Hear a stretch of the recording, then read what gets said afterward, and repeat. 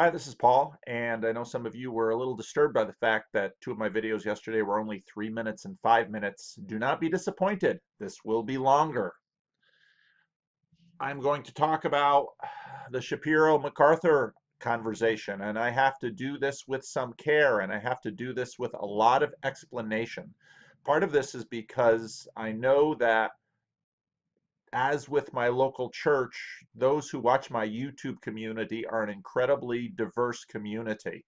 And some of you are super engaged in some of these issues, and some of you won't know what on earth we are talking about.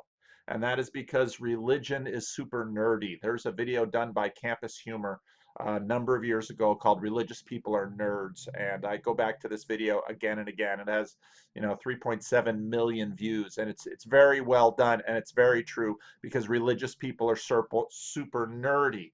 And the Shapiro John MacArthur interview triggered a ton of nerdiness, especially within the conservative reformed sub communities. And I know some of you who watch me are part of that community. Some of you who watch me would be in shock and abhorred and would flee from those conversations because they look crazy, they look unintelligible, and they look unimportant. And so what I want to do is understand this conversation in a much bigger frame. And yes, it's going to get super nerdy. And so these are the 4 points I'm going to work through, and you can see I'm going to be plenty nerdy in this. I want to talk about the strange relationships of post-Christian Christendom. I think that's a pretty good way of describing the cultural environment of the West. It is deeply Christian and it is post-Christian at the same time. It is also incredibly diverse, and so you'll see elements of it in lots of different places and ways. And we're going to talk about how these relationships can, in fact, get very strange very quickly. And we will be exposing and exploring idea hierarchies to resist facile dualisms. One of the gifts that Jordan Peterson has given me has been a year to think about hierarchies, and Jonathan Peugeot has helped me on this topic as well. Part of the difficulty that we have is that, okay, John MacArthur, am I for or against? He's reformed, I'm reformed. Does that mean we're the same? How he has his conversation with Ben Shapiro and the alignments and tensions within that conversation have everything to do with hierarchies. And if we look at them in binaries as yes, as right or wrong, true and false, good and bad, we're not going to really have a very subtle and I think helpful analysis of why this conversation felt so important, not only to the people that are in Ben Shapiro's offices, but to many of the people who received and have analyzed this conversation online. Part of the reason is because of the natural tensions that happen with dualities. Part of what is big in the Dutch Reformed history is the conversation of the antithesis. The antithesis are black and white binaries. That is a reality. But then there are also, it's kind of binary and analog, or digital and analog. So you have binary dualities that do govern and are important, and then you have analog relationships that are much more nuanced and complex. And where, as I'm going to point out here, how using hierarchies in terms of how we hold ideas can help us work through these tensions, I think, a little bit more productively. MacArthur is an example of Protestant modernist Christian cultural adaptations. John MacArthur is rather unusual in the Reformed community because he's got a lot of ideas that are quite antithetical to the Reformed tradition, and we're going to talk about some of those too. And my last point is that the IDW, the intellectual dark web, wants to both preserve modernism, they want to nuance it. I think that's a commonality within the IDW. But Jordan Peterson, who I think is really a standout in that group, really is pushing them, and this is at heart of some of his conversation with Sam Harris, pushes beyond into a neo-sacramentalism. And I think that's a helpful way of understanding why the Jordan Peterson phenomenon is shaped as it is. So let's jump in, and I'm going to jump in with the first 2 points because I can't really separate them and how we treat them. The strange relationship of post-Christian Christendom and exposing and exploring idea hierarchies to resist facile dualisms. Now, some of you watch this conversation through a political lens, and that's appropriate. Even though, as MacArthur says, he's not one of the more political pastors, his following is pretty political. Now, many who watched that watch it through tribal filters. And so some of what I'm going to say is disappointing. I doubt much of what I'm going to say will be predictable, but what you had as a result of this was a disappointing and predictable tribal love fest or food fight, depending on which aspect. So Wretched Radio, which I assumed is a conservative, reformed podcast that embraces our confessional identity as totally depraved, was thrilled that John MacArthur witnessed to Ben Shapiro. They put that up on their hierarchy to be right on their slide. Well, what is that a function of? This is a function of Christian evangelism trying to convert a confessing Jew into the Christian fold. And so many people, many Christians of an evangelical variety were thrilled that John MacArthur gave a gospel statement or presented a gospel witness to Ben Shapiro. Now, of course, Shapiro knew this was coming, and Shapiro didn't for a moment think, oh no, he might convert me.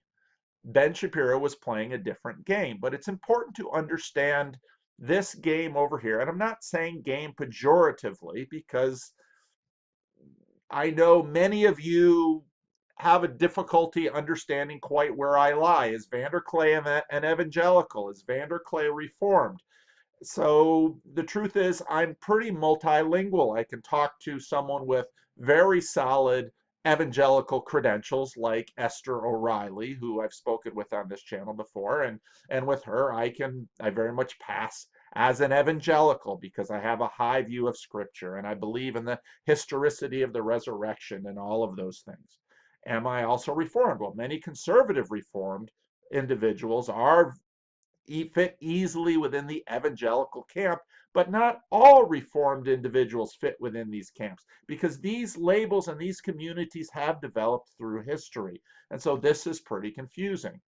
Now, I am sometimes a little too open for a lot of evangelicals to feel at home with, and there are a lot of moving pieces right now going through evangelicalism. And a conversation like this cuts into all of those layers and all of those conflicts and many of the tensions that are involved in these conversations today. So, on one hand, Wretched Radio is thrilled that John MacArthur witnessed to Ben Shapiro right there on YouTube and gave a gospel message to him. Now, if you listen to, again, I mentioned Theologygal's podcast, they excerpt that gospel witness. And for many of you, you might not even know what evangelicals mean by a gospel witness. A message of gospel witness will be Jesus Christ died for your sins, and if you accept Christ, you will be welcomed into heaven. This is how many evangelicals frame a gospel witness. Now, that is an articulation of the Bible, and it is an attempt to take the great complexity of the Bible and put it into a very small sellable package. One of the people in one of my past videos asked, well, what is the sinner's prayer? That's based on the interview I gave to Christian Courier, which is a small reformed newspaper / magazine that's related to my denomination. Well, what is the sinner's prayer? Well, this gets into the history of evangelicalism, and it is a particular packaging of Christianity that has a pretty significant tradition, especially in the United States. Now, this gets really, really complex, and this is why I want to talk about hierarchies, because this attempt to take Christianity and put it into that package is a hierarchical move. It takes elements of this of all of the material that's in the Bible and reduces it down into a sentence and reduces it down into an interchange and attempts to achieve a goal. Now, the difficulty that I have is that because this is so high up in a community's language, theological, and mental hierarchy, to even articulate it as such feels like a betrayal for some people. And there will be some comments in my comment section. I've now been doing this long enough to get enough mail from people who are concerned for my faith, concerned for my witness, and concerned for me, because what happens in a tribal community is that you take a synthesis of a particular theological synthesis of the vast diversity of the Bible and put it into a nugget.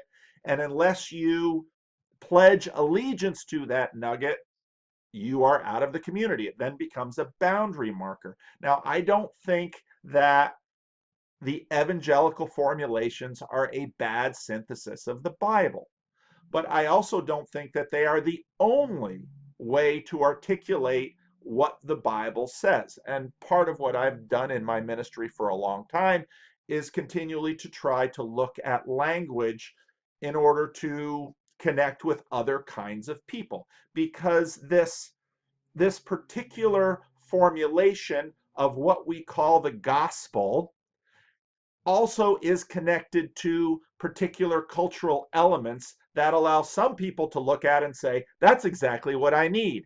And other people to look at it and say, I can't go along with that because there are certain cultural elements built into it. And this is where I get into long and sometimes, usually not heated on my part, but usually heated on the part of the other people, that, well, you're denying the gospel. Well, if you say, well, that this little phrase, Jesus died for your sins, well, you can sort of find that in a few places in the Bible, but this, let's say the sinner's prayer or the Roman road or the four spiritual laws, you can't actually lift them directly out of the Bible. They're not found in the Bible. And what they have been is the product of the church and theologians and culture and all of this to come and to say, this is a shorthand for what the Bible is saying. And I don't have a problem with that. Every culture has to do that. In fact, the New Testament is full of shorthands of what Paul and the other writers of the New Testament have distilled the gospel into a sentence for their particular cultural context. And we have continued to tweak them because culture has continued to be tweaked. And so we move them along. Now, the difficulty that you get is that all of us live within a culture, and cultures grip us in certain ways, and we can't help but associate and articulate these things in these certain formulas. The difficulty that I have is by saying this, certain numbers of people are going to look at me and say, you're a relativist. I'm not saying I'm a relativist by any means. Other people will look at me and say, you're way too evangelical. What I'm saying is that we as human beings cannot express our representations without cultural aspects. We cannot speak without a language. And Christian theology has known this for a very long time. John Calvin, for example, talks about this in terms of God's accommodation and condescension in communicating with us. It is, in more philosophical language that I've used, it is in fact the representation through which we connect with this. See, now I see I have to use certain words or no one's going to understand it, with objective reality. And if you listen to the Theology Gals podcast, you'll hear them talk about objective reality. Once you use those words, objective reality, you've already opened the door to modernism, okay? Because that is a particular framework of the world. It's not a bad framework of the world. I think it's a tremendously powerful framework of the world, but like all of our frameworks, it has its limitations and its contexts, okay? And so when a Christian comes to your door and says, let's use the D. James Kennedy's evangelism explosion methodology, if a Christian knocks on your door and says, if you were to die tonight, what would you say to God? as the reason he should let you into his heaven. This formulation assumes an entire theology and has embedded within it an entire history, and you can't just pull that apart. The Apostle Paul, we don't have on record as saying that. That is not the speech that Peter gives in Acts 2 that cuts to the heart of his Jewish audience when he talks about the crucifixion and resurrection of Jesus Christ. All of these shortcuts work as shortcuts because they are embedded within this huge, rich world of representations, of symbolism, of meaning, of history, of culture, of all of this stuff. Okay? So when you listen to Ben Shapiro and John MacArthur talk, there's a lot going on. Now, we don't recognize necessarily that there's a lot going on because we're so good at it. And it's just the water that we swim in. But if you start looking downstream of this conversation, if you came into this conversation as an atheist person looking to talk about the IDW, and well, Shapiro, he's already kind of a he's the theist of the bunch. Well, now he's going to talk to John MacArthur. Well, the evangelical nerds are going to jump all over this because John MacArthur is going to try and flip Ben Shapiro over to the Christian camp. That's a tribal move. Now, you get down to refuting Stephen Slanderson, which is their own little fight of this Apologia Studios and Apologia Church someplace. I don't know anything about them. They just listening to them for a few minutes, there's tells, and you listen to these guys, you look at how they dress. They're open to drinking beer. These are new neoconservative reformed Christians, often Reformed Baptists in the strain of John Piper and certain sub-elements of the young, restless, and reformed movement that has been going through the United States and to a certain degree other parts of the world. And what they do is they listen to John MacArthur and they say, well, he's kind of reformed, but he's also dispensational. And this is a word we're going to be talking about because this is an element of John MacArthur's theological pedigree. And as I'm going to argue later, this is in fact a part of the broader, more philosophical, modernist, fundamentalist fight that broke out in the 19th century. So this whole conversation is strewn with landmines of confusing tribal silos and the search for truth. What Christian subgroup do you claim allegiance towards? Will you violate their language games by daring to nuance words like gospel? Will I be seen as a progressive evangelical if I want to start playing around with this shorthand terminology that certain in-groups and tribes are using? How does this change your views? How do you differentiate yourself from others in the tribe? And that's what's going on in a lot of this language.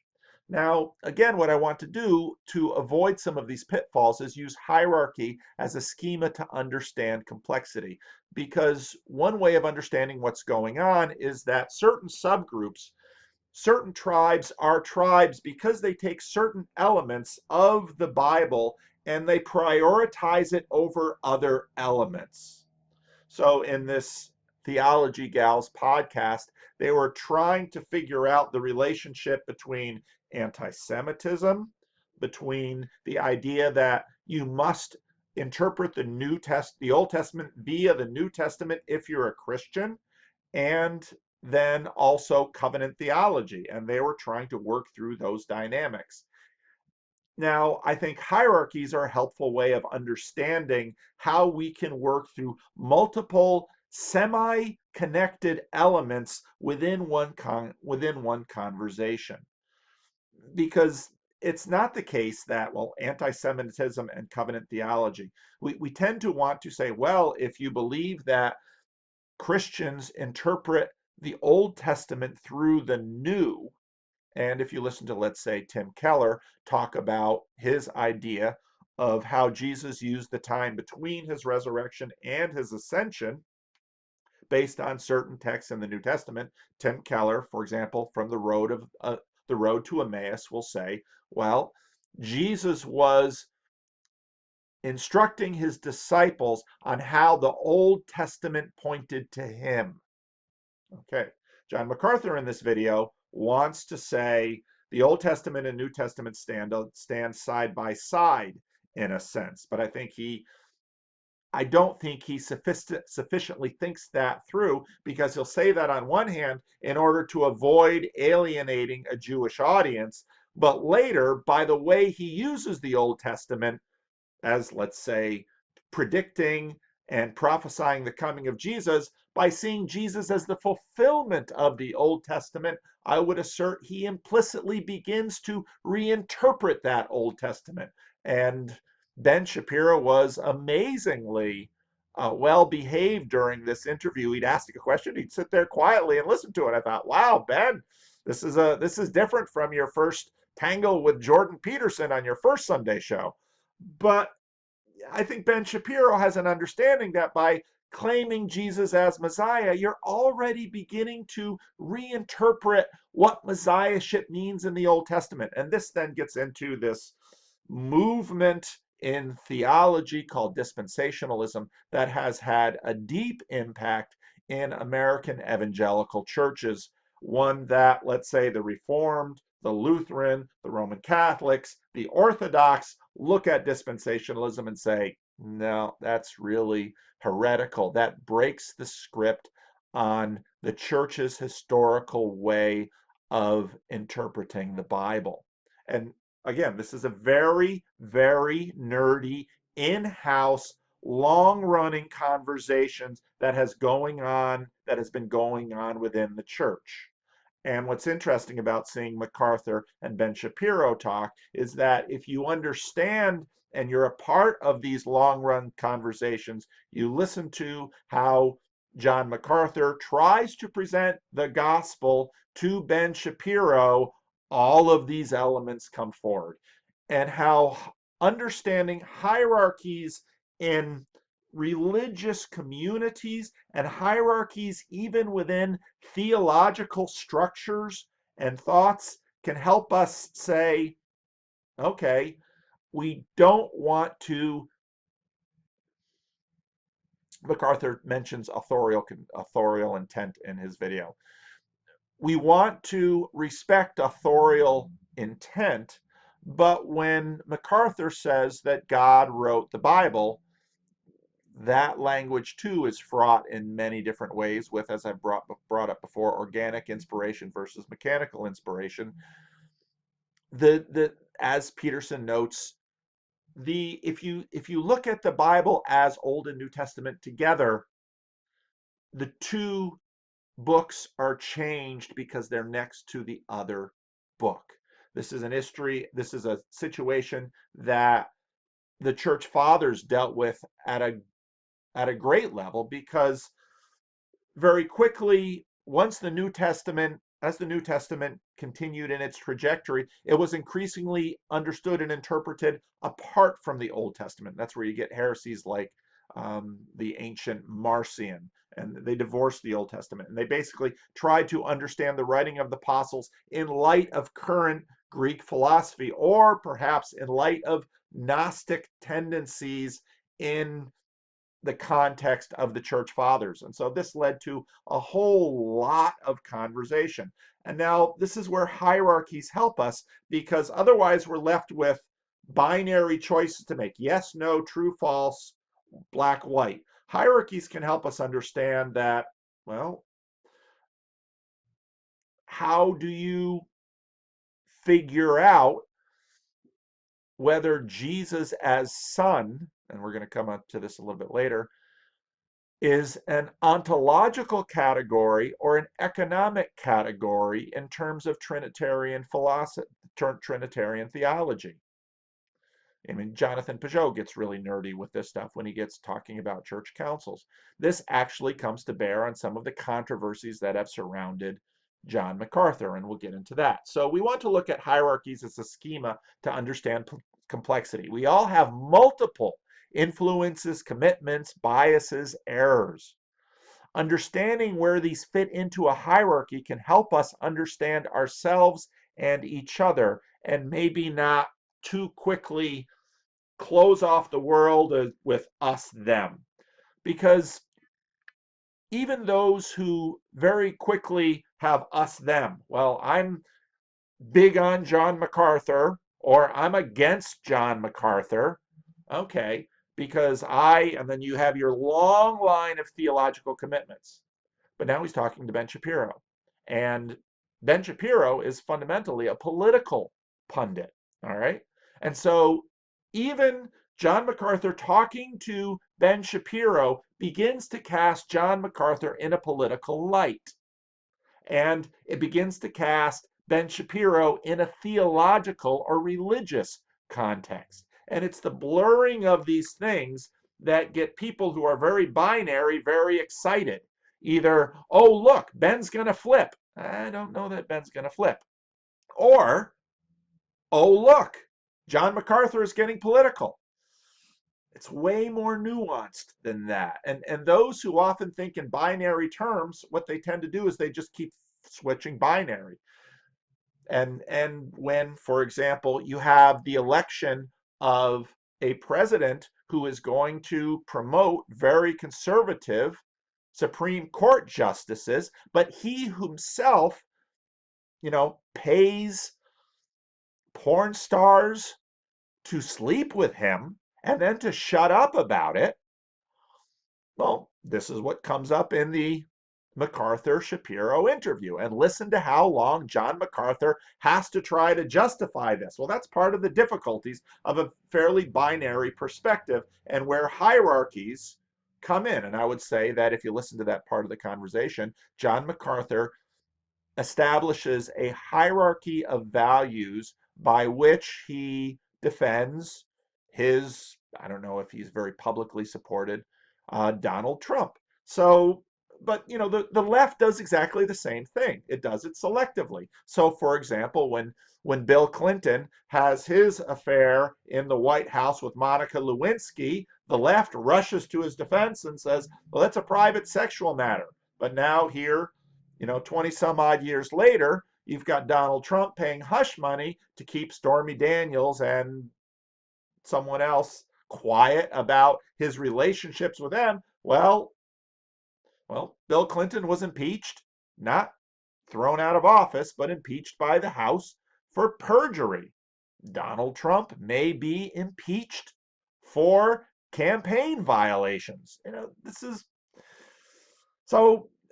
is where I think our binary conversation schema, and again, I'm not saying this is always invalid because part of the world is binary. That's a very helpful and important way to see the world. Sometimes things are and are not. But another way of understanding the world is hierarchically. And so, for example, anyone who decides who to vote for, well, maybe they're a single issue voter. That would be binary. If they're against abortion, I'm for them. If they're for abortion, I'm against them. Well, that's a very binary approach.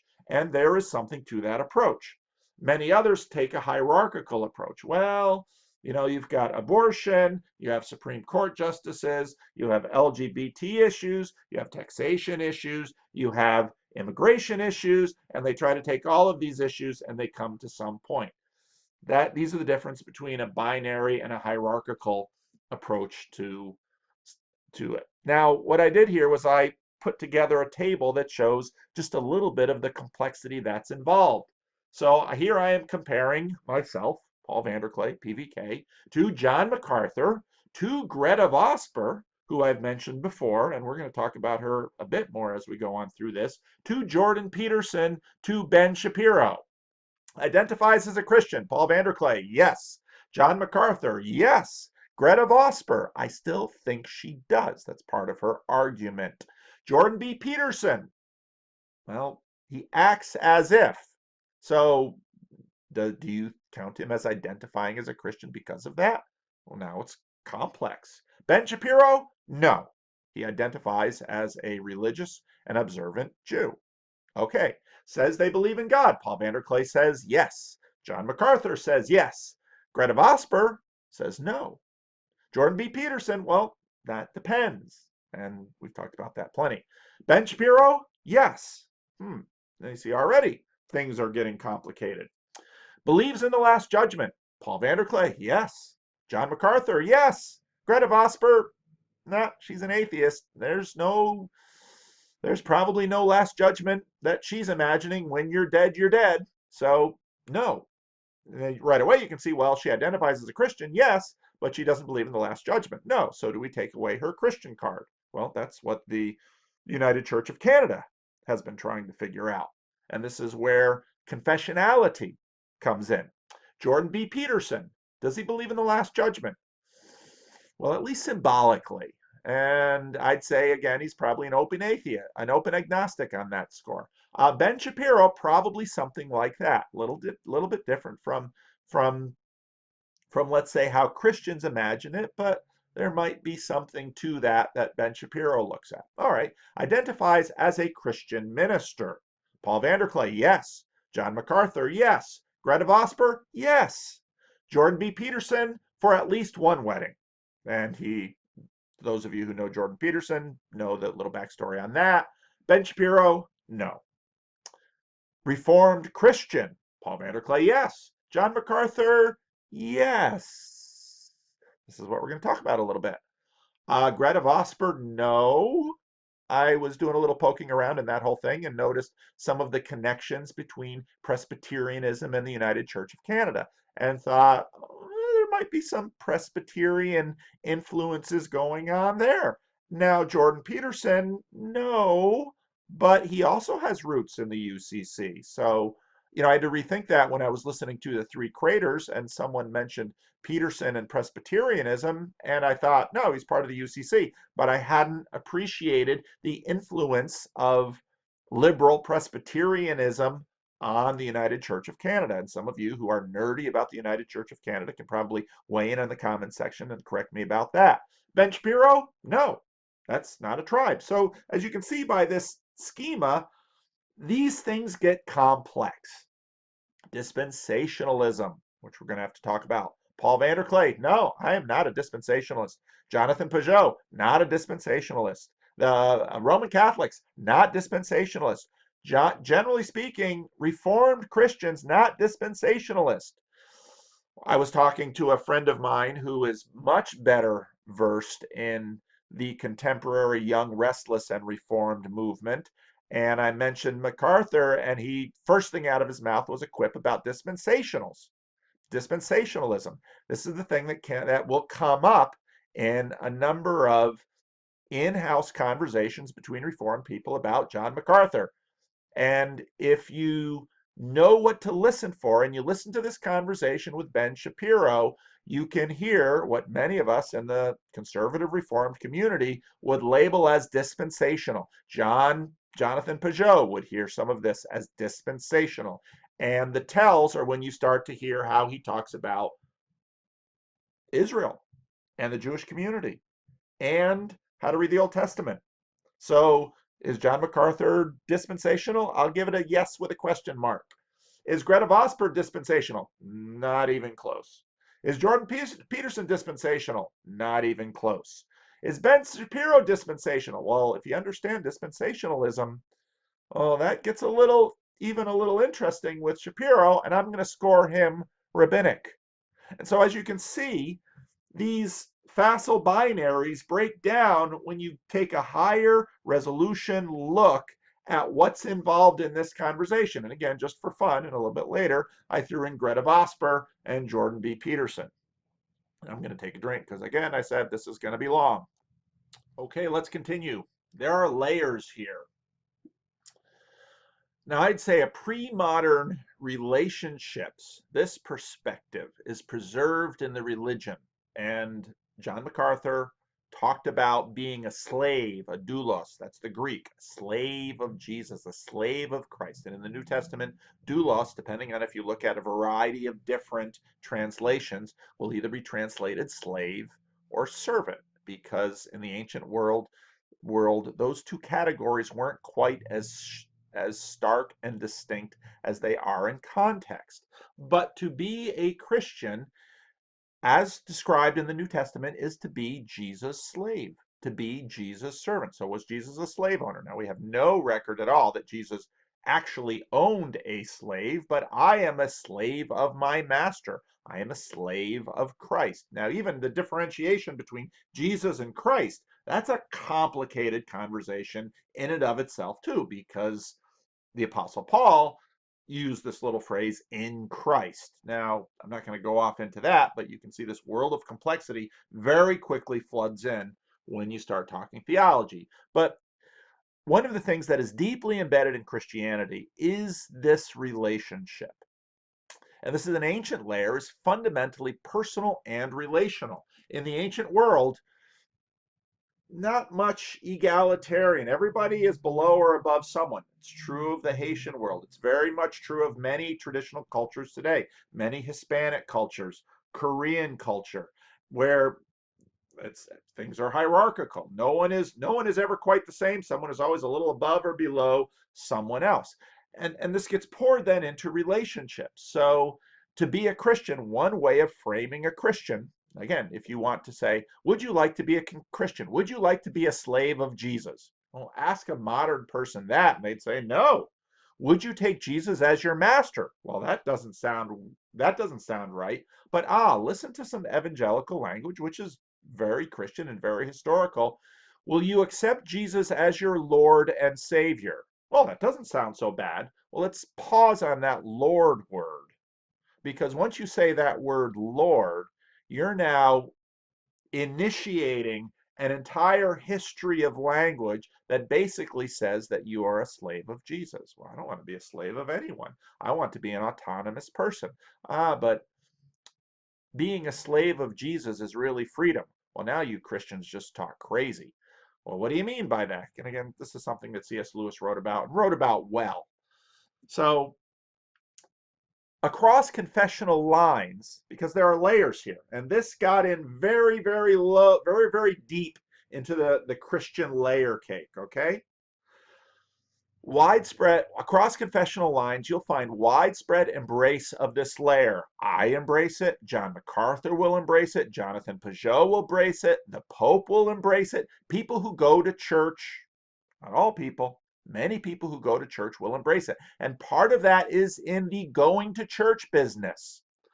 I sometimes will highlight to people that if you go into a church and you do a little bit of cultural anthropology, what is happening in church is that the serfs are meeting their Lord. And they're meeting their Lord to do what? To show up, to show their allegiance to their Lord, to bring their gifts to their Lord, to listen to what their Lord has to say, and to worship their Lord. Now, saying this in the 21st century to people who live in egalitarian societies, you hear those words as religious. There are still haunted a bit those words in terms of social class. But if we were to go back 500 years or 700 years into different societies where there are lords and peasants, well, they would know exactly what those relationships are, and they would have a very deep understanding of the rights and obligations on both sides of that relationship. All of that is built in, and this is built into Christian communities and Christian services. And the thing is, we don't even know we're talking this language when we begin to say these words. Jesus is my Lord and Savior, which is why often I will look for different language that will have connections in our current culture. Now, that's dangerous, and often it's missiological efforts that promote heresy, because to what degree do I disconnect contemporary language from these ancient ties? And I think there are good reasons for articulating in new ways, but I think there are also good reasons for maintaining the historical connections, which is why, for example, I think the Christian church should continue to preserve the language of Father, Son, and Holy Spirit, even though Father and Son are both male. And I understand the complexities of that in our current cultural climate, but there are things that are carried on to the past in there. And the truth is, there's stuff like this all over our world and our language games, and most of us are completely oblivious to it until someone stops and points it out to us. Now, Also built into this at a very deep layer is the idea that belief in God as a living person today. This song that will be sung a lot in Easter. He lives, Christ Jesus lives today. I walk with him and talk with him along life's narrow way. It's a very modernist song. It's rather nostalgic. He lives, he lives. You ask me how I know he lives. He lives within my heart. What on earth do you mean by that? He lives within my heart? You see, a lot of people outside the church will hear that and say, what do you mean by that? If they go to a funeral, someone will say, even a materialist, well, your mother isn't dead. Well, why isn't my mother dead? I just saw her in the tomb. Your mother is in your heart. All right. Jesus lives within my heart. Does that mean that Jesus lives in the same way my mother is alive? Because we still have collective memories about him preserved by the New Testament. Well, Christians are actually saying something quite a bit more real than that. But then some Christians begin to take this language game and say, well, let's not go there with ideas of physical resurrection and ascension and some picture of Jesus sitting at the right hand of God the Father. Let's just have Jesus live in my heart. And listen to evangelical language. Well, accept Jesus into your heart. Well, that's a very different thing than I would say, accept the surgeon's scalpel into my heart. They're two totally different language games. The thing is, we're often not paying attention to those language games, so then we get quite binary, and that's where I, begin to play with people, and they say, well, you want a biblical cosmology? Yes. And then I'll ask them, do you want a biblical anatomy? Well, what do you mean? Do you want to take human anatomy out of the Bible? Well, what do you mean? Are you going to let Jesus into your heart? Well, what do you mean? Yeah, that's the important question. What do you mean? Because letting a surgeon into your heart with a scalpel is very different from letting Jesus into your heart. But how exactly is it different? It's important to think about and to try to figure out, what are we doing with language? Now, John MacArthur and I both share a pre-modern doulos of Jesus, this language. Both John MacArthur and I believe that we will one day stand before our master and be called to give an account for what we've done in our lives. Both John MacArthur and I, there's no difference. And John MacArthur, he could sit across the office from me and say, and John might say, oh, Paul, I saw that video. He won't see it. I saw that video and I heard what you said, and I think you've sold out the gospel in these ways, and I think you're reading the New Testament wrong, and I think you're leaving the door open to anti-Semitism, even though my father's line is all Jewish. I think you're leaving the door open because of how you read the Old Testament, but are you really a Christian? I could say to him, John, one day I'm going to stand before my master, and I'm going to be called to give an account for everything that I've done. And what I want to hear from him is, well done, good and faithful servant. And John MacArthur will hear those words, and part of him will say, yeah, VanderKlay's got some theological problems, but he's a Christian. There's a hierarchy. You take that idea, that with so much embedded in it, that someday I'll stand before Jesus. Well, what do I mean by stand? Will I have a body? Will it be raised? On what will I be standing? See, all this is built into the representation, and we don't ask those questions because it's a representation. Just like, well, where is Middle Earth? What is Middle Earth? When you watch The Lord of the Rings this holiday season, again, as is my personal tradition, I watch it with my family. Where is Middle Earth? What is Middle Earth? How does Middle Earth relate to this Earth? Well, we don't worry about those questions, but we're drawn into the drama. Now, I'm not saying that me standing before my Lord and Savior, Jesus Christ, is any less real than me standing on the floor of this church. I, in fact, say it's more real. And so that in that way, John MacArthur and I will look at each other and say, yeah, we're both Christians. Because we've taken this idea and we've brought it up to the top of the hierarchy. But there's a lot that's embedded in this idea. I expect that both will agree that that this will not be a heaven and hell judgment as Reformed Christians, because We've been saved by Jesus' blood. So when John MacArthur and I both say we will stand before our Lord and give an account for what we've done, neither of us expect, because of all we understand from our Reformed faith, that this will be a judgment into hell. What this will offer is a status in the life of the age to come. Now, I'm adding my language. I don't know what language MacArthur would use because Christians don't always get very detailed in that aspect. But John MacArthur and I would agree with that. See, there's a lot of things we agree on. And I want people to be able to hear that because in this video, you're going to hear a lot of things we don't agree on. But the better way to understand this is a hierarchy. Well, this gets complex when we bring someone like Jordan Peterson or Gretta Vosper into the conversation, and we will a little bit later. So, but as I said before, this is a pre-modern doulos relationship with Jesus. We both believe someday we will stand before our master and be called to give an account. We want his approval. We expect a reward of sorts, and probably some critique and even censure of sorts. The New Testament talks about that. The New Testament talks in those terms. These are cultural terms with which the New Testament talks that are easily brought into our culture, and these have been formulated and represented in our religion in a way that actually drives our behavior. All right? This is very deep stuff. This actually then develops into a hierarchy. Pleasing the master is at the top of the hierarchy. Different expectations on what the master wants.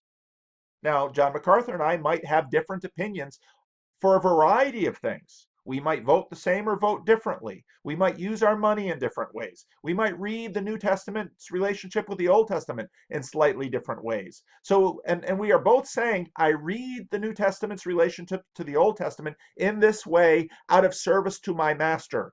And one of us might look across the table and say, you're right, I'm wrong, or vice versa.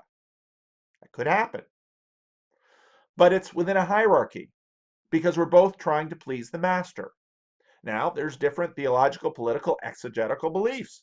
Those might be even further down the hierarchy. But again, the hierarchy helps us both modulate agreement and disagreement within a multifaceted, multi-layered relationship.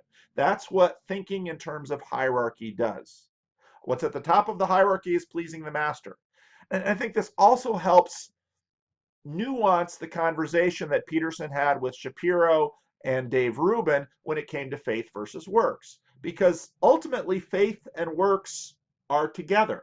And even Reformed documents like the Heidelberg Catechism will say that. We're not saved by works. Well, what do we mean by that? Well, when that is said in the context of the Heidelberg Catechism, it is said within a much longer conversation about, we're going to get into this in a little while, a sacramental system.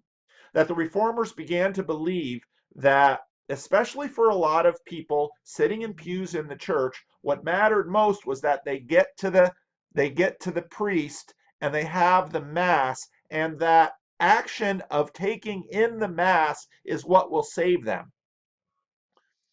And the Reformers wanted to say, not really.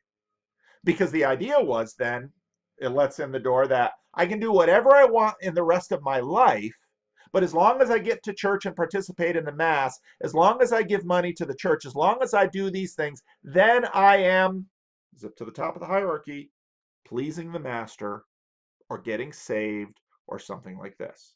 Okay? And the Protestant reformers wanted to say no. And I think, in all fairness to many in the Roman Catholic Church, they would say no.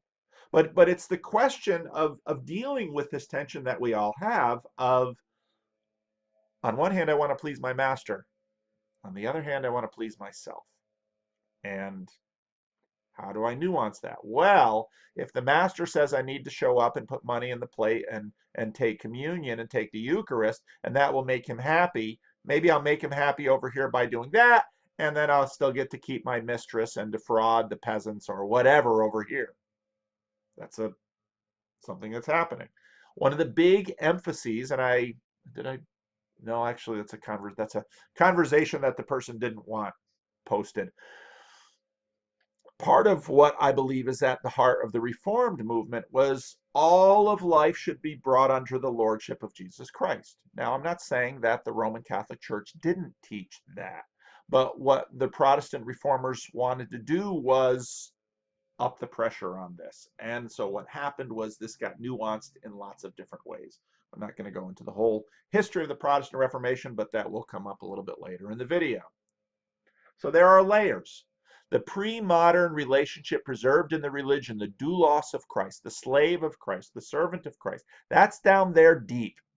Now above it, you'll hear a lot in John MacArthur in this video, especially the way he treats church history. That is a pretty common approach to many Protestants. And that approach goes something like this. The first few hundred years, you have the early church, the pristine church, but then Constantine mucked it up by the church getting involved in church and state.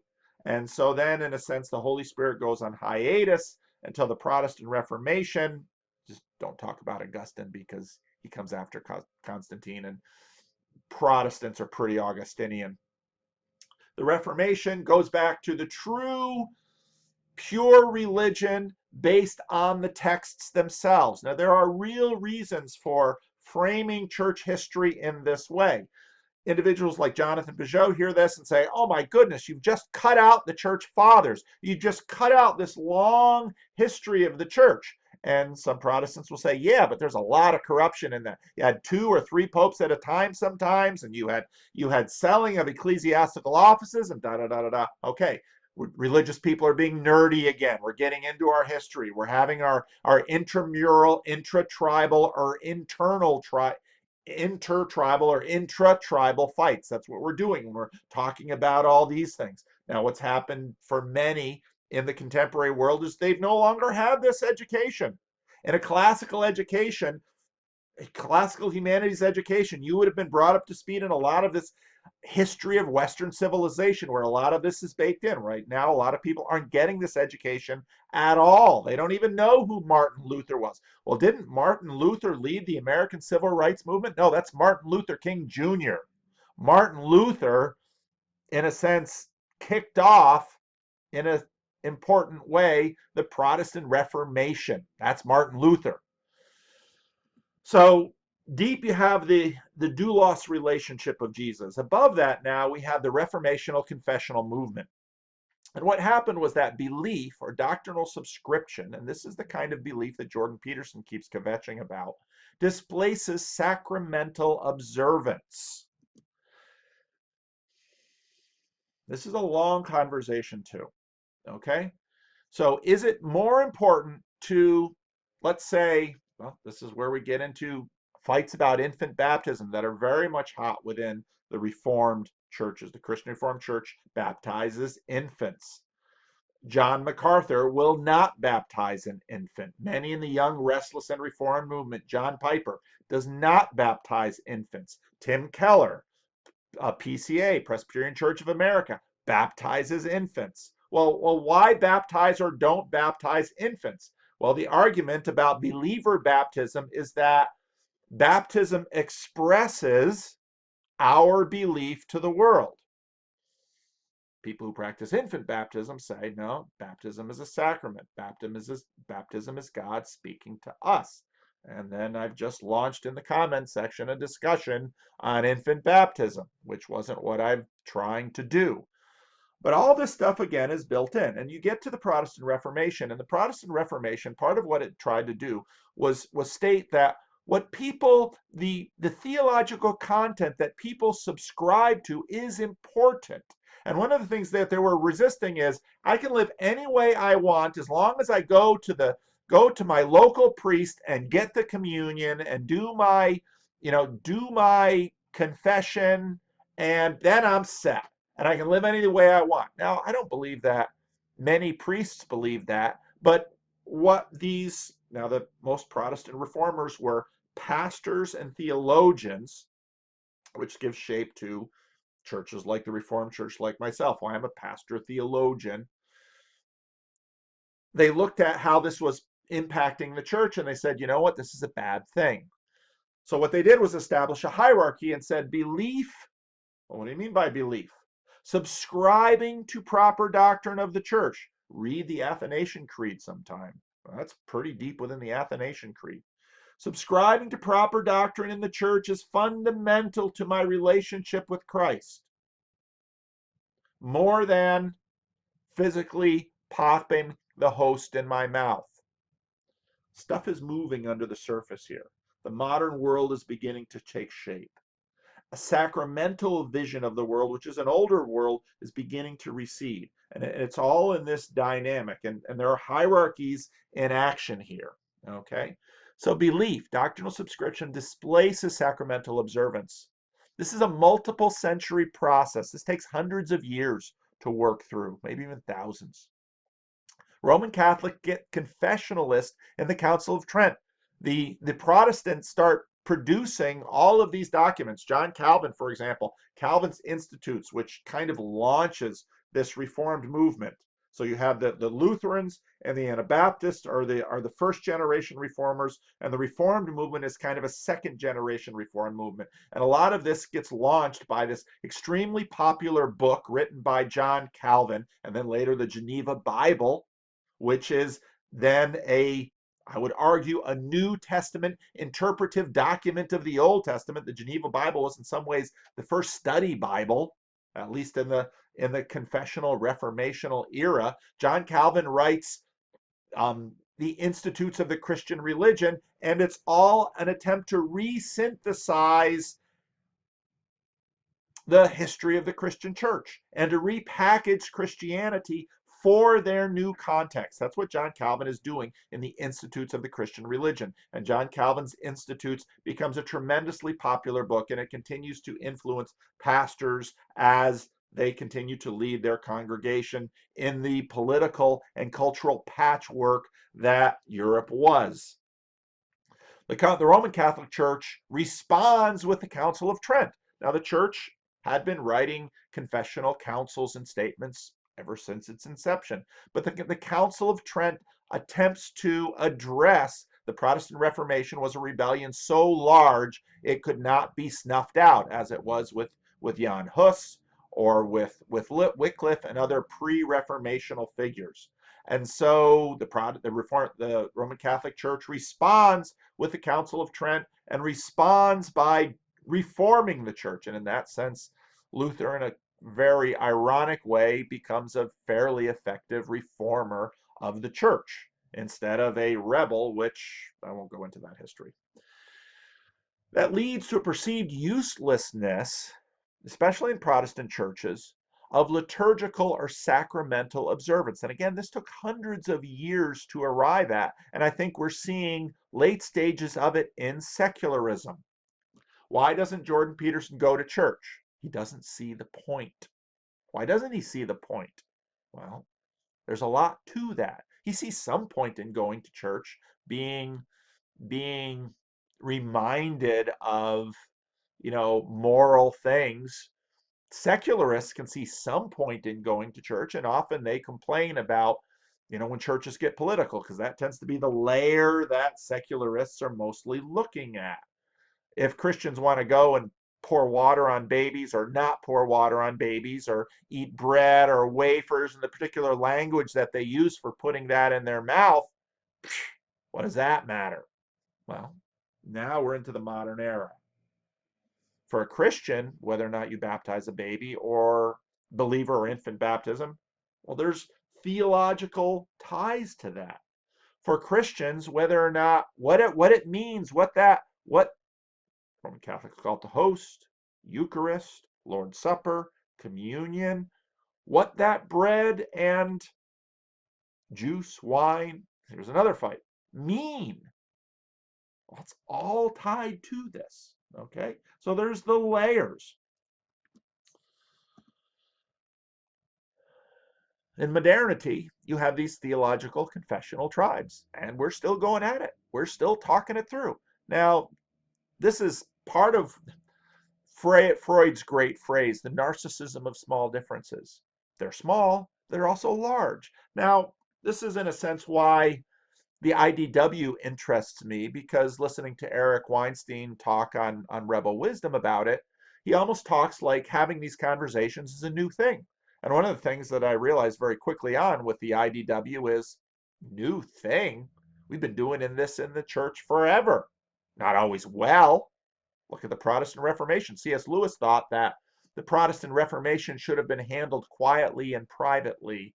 That the C.S. Lewis had his own elitist streak in him to a degree, even though in very many ways he was a great populist in other ways theologically. But he thought that the kinds of issues that were brought up in the Protestant Reformation should have been handled in a much more irenic or peaceful way.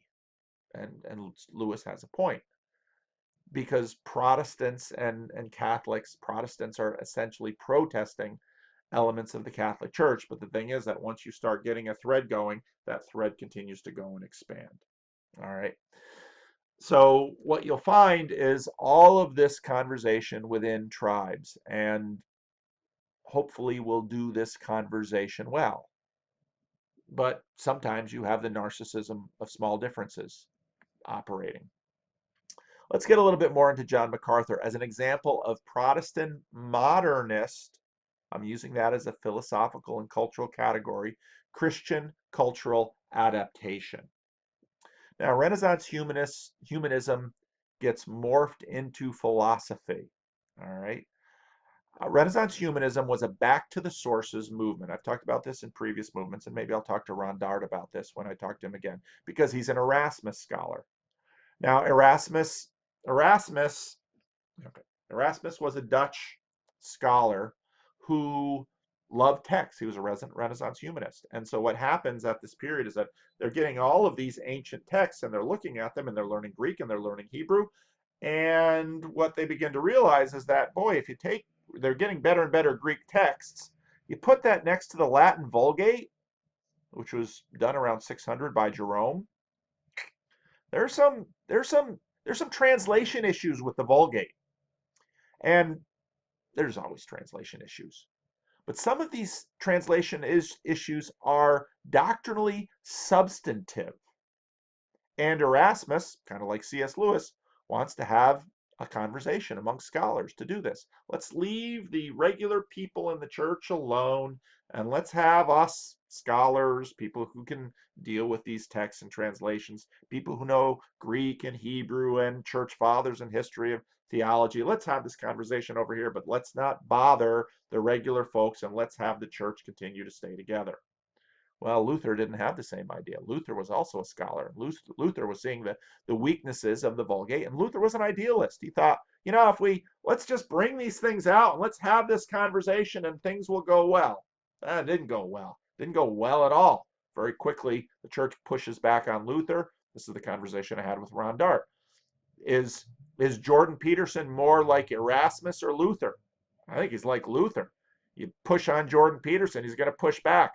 And pretty quickly you get polarization and alienization. And this is what happens with Martin Luther. And Martin Luther is an idealist. He wants to purify the church. And so based on his reading of the New Testament, he read Galatians and wrote a commentary. He read Romans and wrote a commentary. He then begins to reinterpret the Old Testament in some particular ways. Sorry, John MacArthur. I don't know where you stand with respect to Martin Luther. That's what Luther did. So, all right, well, that then starts to take on momentum and starts to get connected up with political factors and on and on and on, and the Protestant Reformation explodes. And then you get wars of confession where, well, now the princes, the state is determining the religion of people. If the king of France is Roman Catholic, well, then all the people have to be Roman Catholic. You can hop over to England and you've got kings and queens switching religions. Well, people can't switch religions that quickly. And so eventually the idea gets developed, well, let's separate politics from religion.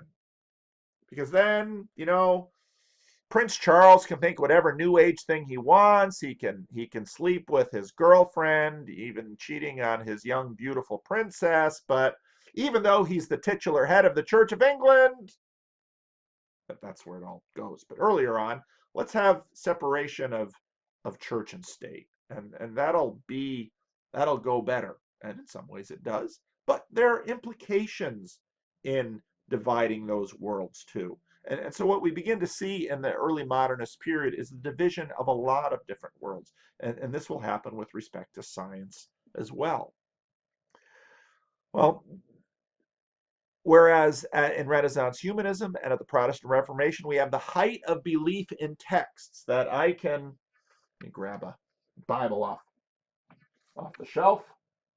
This is a Bible that I had in grade school, presented to me by Dad and Mom in Christmas 1971. How many of you would like a Bible as a Christmas present?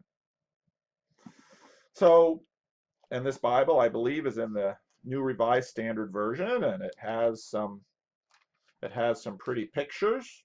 Oh, here's Noah and the Ark. The prodigal son returns. Well, in Renaissance humanism and in the Protestant Reformation, texts were king. Everyone believed in texts. In order to study physics, you read Aristotle. Well, what happens is, well, now we start to have questions about text. We have doubts about text. Well, where can we find our certainty? Well, how about empiricism and reason? Maybe we can find certainty in those places, not necessarily the text. But again, this is a long, slow process, and we go back and forth, and there's lots of hierarchies that go on through here. So philosophy in some ways begins to displace religion, and people, instead of looking to Aristotle to understand physics, began looking to the real world. Drop an apple to figure out gravity. Study. So all of this is connected. I've spoken about this in some of my previous videos. And so seeking new certainty in philosophy, science, and economics, Adam Smith, The Invisible Hand, empiricism and rationality. But then what is the Bible? And where do we stand with respect to this book? Well, is it an ancient religious book? Yeah. Is it the Word of God? Well, you'd say, well, Paul VanderKlay, do you believe the Bible is the Word of God? Yeah. Is that all we need to know? Well, there's a pretty binary thing. Paul VanderKlay says the Bible is the Word of God. Yes. But now we start getting into details. We start up in the resolution. Would John MacArthur and I be able to have a conversation about how to use the Bible interpretation? Absolutely. Remember, religious people are nerds. What is the Bible for? Well, pre-modern rational, teach us the rules to please God. John Calvin's third use of the law. We use the Old Testament law in order to please God. This is built on that doulos relationship where, well, I'm not saved by works, but I'm saved by grace. This is what God does for me. But then what am I to do with my life? I am to please my master. And so I use the Bible in order to please my master. That's how that thing works. Now, in the medieval period, you have this idea of two texts, and this is relayed in the Belgian Confession, for example, in my own denomination, that there are two texts. And in fact, Micah in the Three Craters conversation mentioned that. You have special revelation and you have general revelation. General revelation can be empiricism, reason, matter, science. Special revelation comes from the Bible as Word of God. So we're working out those things.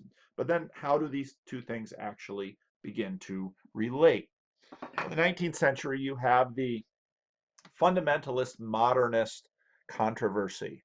And what happens is that, well, what happens when we have general revelation, stuff of the world, special revelation, the Bible, happens when they're in tension? I don't know. Well, what happens when we find dinosaur bones, and we used to kind of think they were dragons and put there by Noah's flood, but now we're having skepticism about Noah's flood happening 5,000 some odd years ago and creation happening in 6 days, 6,000 years ago. Well, again, that wasn't the assumption of Augustine and many church fathers, and or even John Calvin, but it comes from reading the Bible a certain way. They say, well, we can't really have two books, one book. And everything in our life has to be built on this one book. And we're going to take reason and apply it to this book and generate for ourselves our entire schema. That's where you get something like creation science from. That's the move. Because the modernist fundamentalist split was, well, we can't trust the Bible for history. Oh, well, what does that do to Jesus? What does that do to the resurrection? What does that do to the hope of the second coming? What does that do to the Apostles' Creed? Well, it's a problem. So what happened, what the fundamentalists tended to do was say, the Bible is our platform and we're going to build our science on the Bible. Now, if you listen to John MacArthur talk, he talks this way. All right. Now, he's going to nuance it in a lot of different ways too, because he's not dumb. But this is basically the project and the program. And it's all the complexities between Bible as, let's say, foundation for science. When, for example, in that interview, John MacArthur talks about the water cycle being found in Isaiah. I don't know, I never looked in Isaiah. Or looks at, for example, and says that we knew that the world is a sphere floating in space because of a particular verse. Well, authorial intent. You see, these are the games that theologians play, because when I listen to John MacArthur make those kinds of statements, I begin to say, I don't know that all of your elements are really lining up. And someone might say, yeah, but VanderKlay, yours don't all line up either. And I'd say, yeah, that's right, because it's really hard to have them all line up. In fact, they almost never for any of us all line up. And the goal is to try and get as much of it to line up as possible to understand the world as best we can. And now here John MacArthur and I might agree that we ought to be seeking the truth. Well, but what is the truth? And what do we even mean by this word truth? And now this is where John MacArthur and I could have a conversation. We're probably not going to have it, again, because of status. Because he's a mega church pastor and I'm a teeny weeny little church pastor. Then you get into the Bible. Now I want to get into one of the hierarchies that I hear immediately when I listen to John MacArthur talk. The Bible is the Bible primarily a story of heaven and earth, or is the Bible primarily a story of heaven and hell? Now this is something that's been happening in evangelical communities for a while. If you read Joshua Ryan Butler's book, Skeletons in God's Closet, Joshua Ryan Butler, as a conservative evangelical, or at least a moderate evangelical, attempts to address attempts to address hell, um, judgment, Old Testament wars, and sexuality by changing the focus of the Bible as a story between heaven and earth, and the Bible as a story of heaven and hell. If you listen to John MacArthur in this conversation, you very much get the impression that the Bible or Christianity is all about heaven and hell. Well, there is an enduring universal ancient assumption of heaven and earth. And in the beginning, God created the heavens and the earth. And in fact, I think a more biblical understanding of the text itself, given especially authorial intent, is that the Bible is primarily a story of heaven and earth. Well, why do we care about heaven and hell? Well, we care about heaven and hell because we don't want to go to hell. And, well, in the medieval church too, well, take the sacraments and you won't go to hell. The church will keep you out of hell, help you through purgatory and into heaven. All right. But what happens in here is a displacement of earth. And that is going to have some big consequences. Sacramentalism keeps the stuff of earth in the game.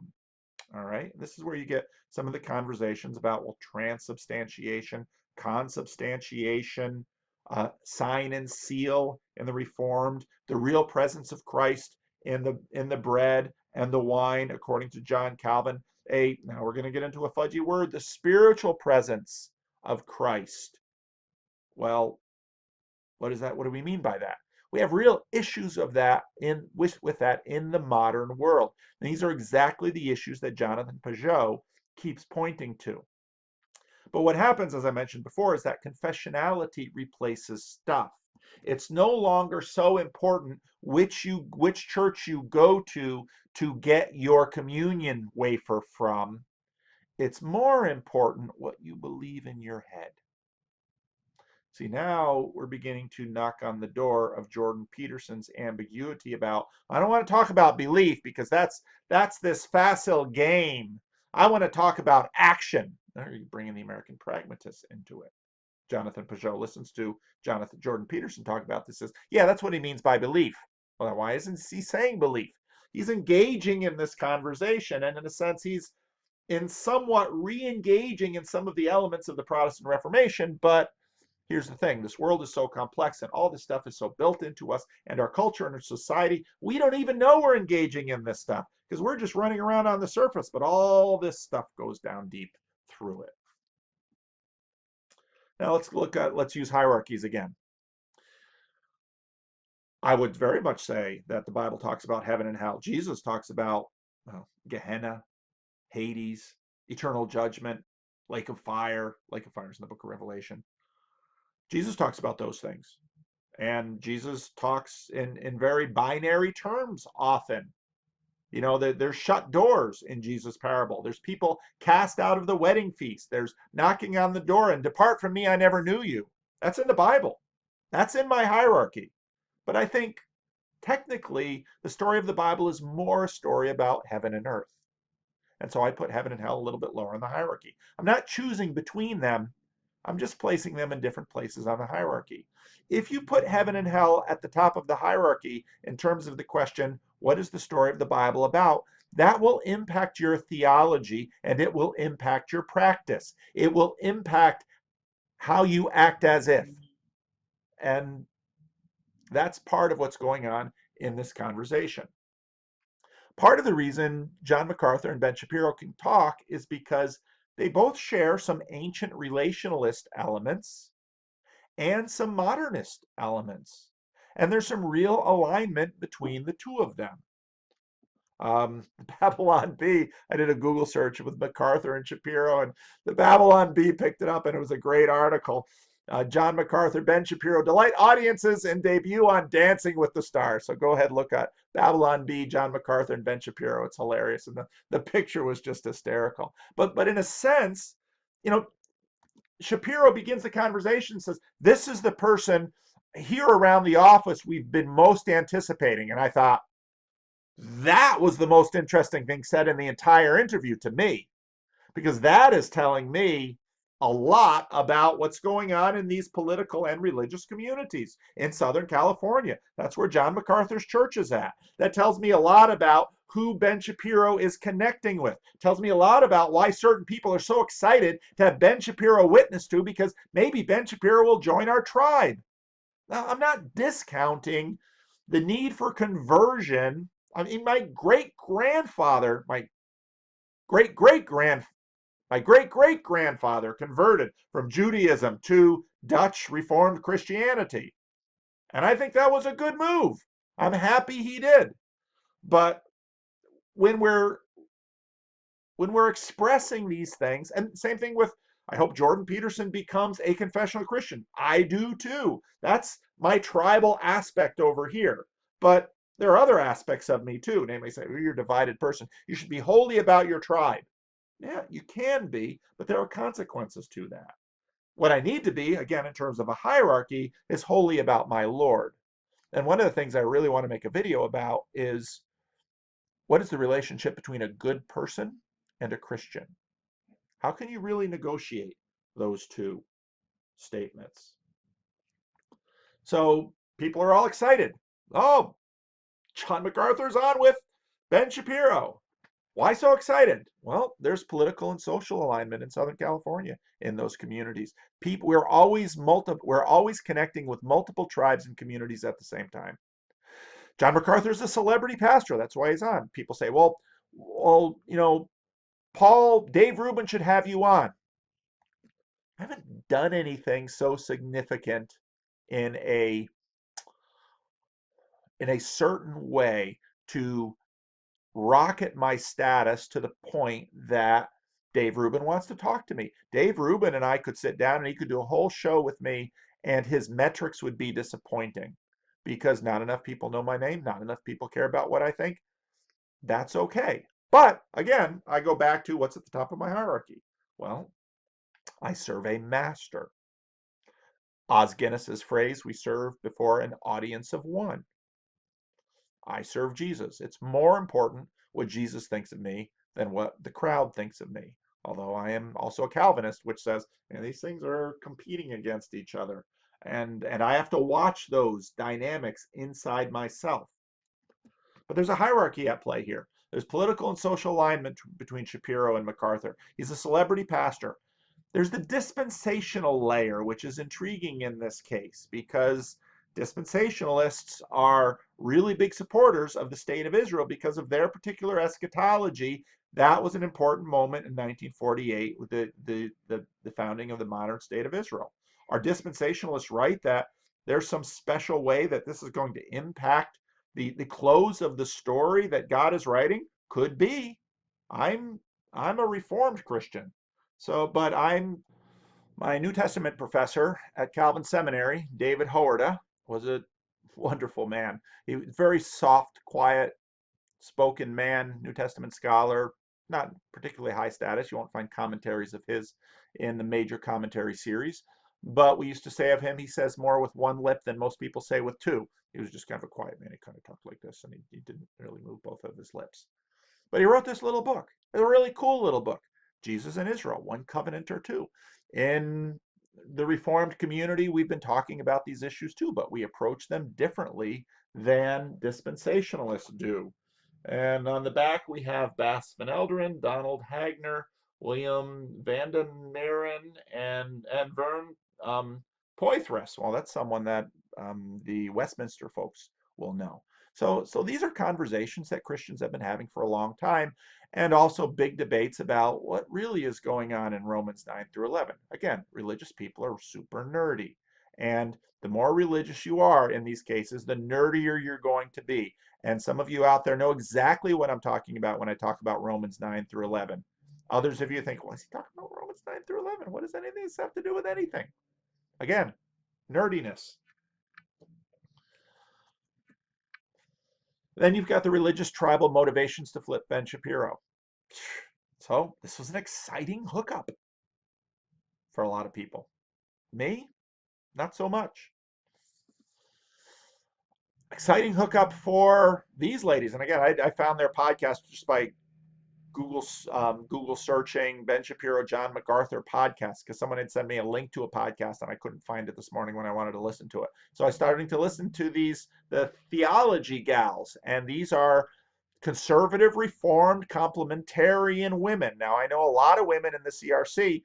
If they would listen to this podcast, they would be horrified. Other women in the CRC would listen to this podcast and they would be encouraged. There's a lot interesting going on in this, and they're trying to work through all of these issues. And these are women that don't believe that women should be pastors or elders or hold office in church, but they're doing a podcast and they're teaching out there. Well, what does that mean? So there's a lot going on with all of this stuff, but they were very excited about this, and they early on in their podcast played John MacArthur witnessing to Ben Shapiro. They're very excited about this. Well, that, again, I'm going to get comments about this, and then people worry about me. Oh, Paul, don't worry about me. I'm fine. John MacArthur witnessing to Ben Shapiro is embedded in a ton of stuff.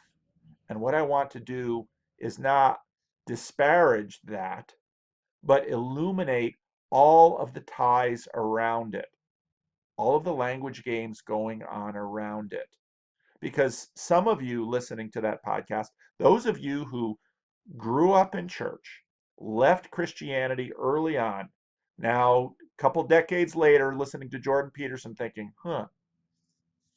listen to John MacArthur and think, that is exactly the kind of guy I got away from. That is exactly the kind of language I fled from. Some of you may be following, Esther O'Reilly and reading her stuff and think that's exactly the kind of people I got away from. Now Esther will want to come in and say, no, you're not understanding me. Well, some people have run from my channel and said, you're exactly the kind of person I want to get away from. Okay, I'm not in control of that.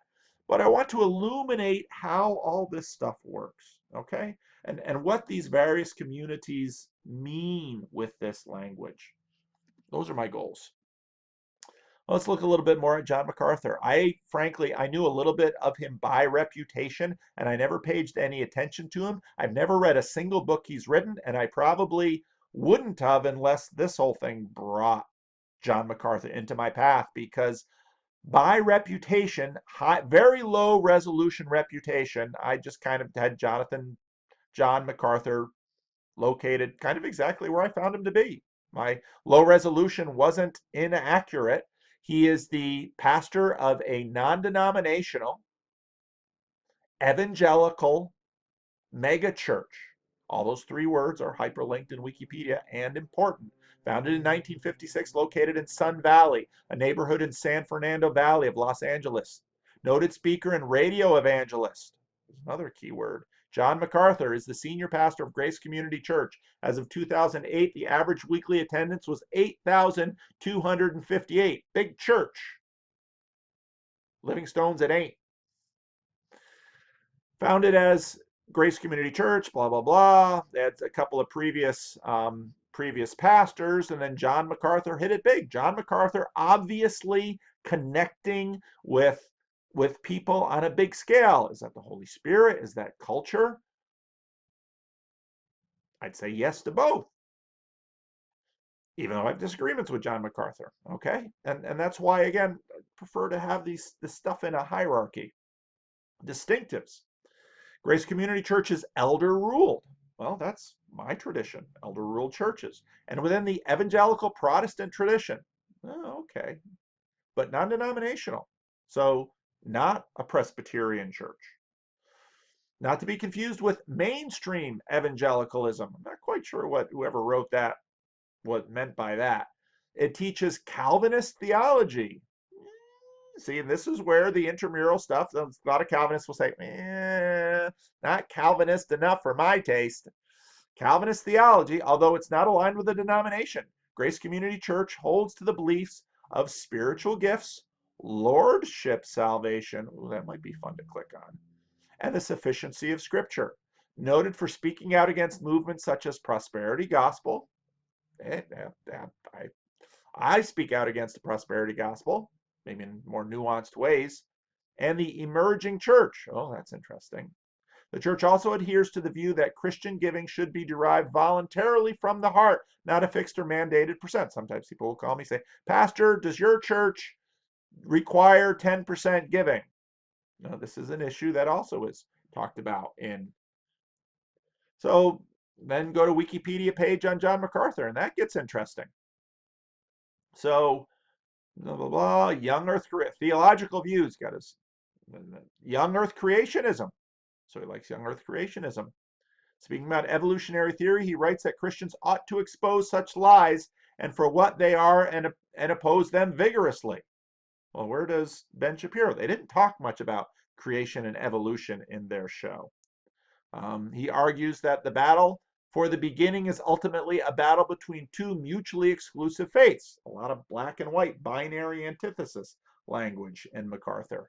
Faith in Scripture versus faith in an antithesis hypothesis. Okay, that's where we get into this question of creation science.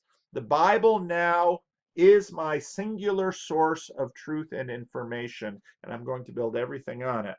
And so this is exactly the kind of person that I would ask, do you demand a biblical anatomy too? And what they would probably say is, the Bible has anatomy correct. And I might go to some passages and say, well, how about this? And they'd say, no, we interpret it differently than you. That's the way those conversations go. I'm not saying it's a bad thing. It's just the way those conversations go, and I disagree with them on things. MacArthur is a premillennialist. Now we're getting into eschatological controversies, and pre-tribulationist in regard to the timing of the rapture and other end time events, stating, I'm committed to the fact that Jesus will come and set up a literal earthly kingdom, and that he will come 7 years before the kingdom. He will come prior to the tribulation. My eschatology is Amel. Again, this is nerdy insider controversies. on the second coming. However, he has tried to distance himself from others with this interpretation, such as minister Tim LaHaye and novelist Jerry B. Jenkins of the Left Behind series. MacArthur remarked in a sermon, someone out there is going to say, oh boy, he's into the Left Behind series. No, I'm not a rapture fiction. I'm not into wacky church. Don't see, this is where he's nuancing dispensationalism, law and covenant. MacArthur describes himself as a leaky dispensationalist. Not Richard Leakey, apparently, but just leaky. He holds to a premillennialism and a pre-tribulational rapture of the church. And again, for a lot of you, you listen to this like, what on earth is this stuff about? And I'd say, hey, don't worry about it right now. MacArthur states, I'm not into all that traditionally known as dispensationalism, 7 dispensations, 2 kingdoms, 2 covenants, 2 ways of salvation, discontinuity between the old and the new. But, in Shapiro, he's getting into that old and new stuff. Soteriology, key person in the lordship salvation controversy. I'm not even sure what that is. Lordship salvation controversy is a theological dispute regarding key soteriological questions with evangelical Christianity, involving some non-denominational evangelical churches. The dispute spawned several books and pamphlets and conferences.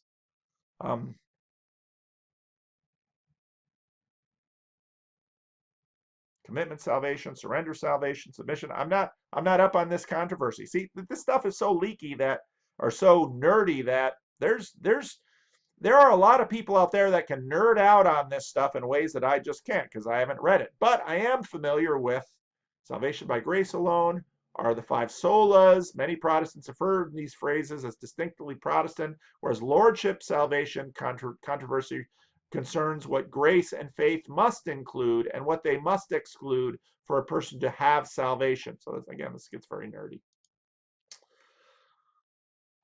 Christology, incarnational sonship. Basically, this gets into the question, it just goes to incarnation. This basically gets into the question of, is Jesus as son an economic relationship, which means that this gets into Christological controversies that Jonathan Peugeot would happily talk about, okay? Because this gets into all the nerdy stuff of the interrelationships within the members of the Trinity. And MacArthur apparently has gotten into that. Another big one, cessationism. Cessationism as opposed to a continuationist. Cessationists say that miracles no longer happen. And this again gets more into the modernist. See, so you have modernist fundamentalists that will say we construct everything on the Bible.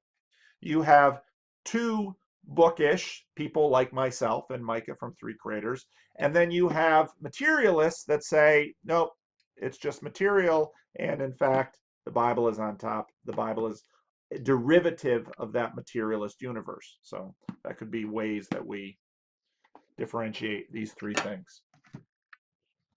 But he's a cessationist, no more miracles. And that would put him as opposed to other groups that say the Holy Spirit continues to work.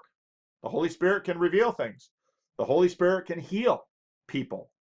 I'm not a cessationist. I'm apparently a continuationist. There we go. I'm a continuationist. Now, someone in the comment section is going to say, oh, that VanderKlay, he's a continuationist. But if you're a modernist, that's part of what's tied in with that philosophical package, although MacArthur might very much disagree with that. Complementarian. That means that the genders are complementary and that only men can serve in office of the church. Egalitarians say that women can serve in the offices of the church. MacArthur is into noetic counseling, which stresses the Bible as a sufficient tool for counseling people with mental illness as depression and anxiety.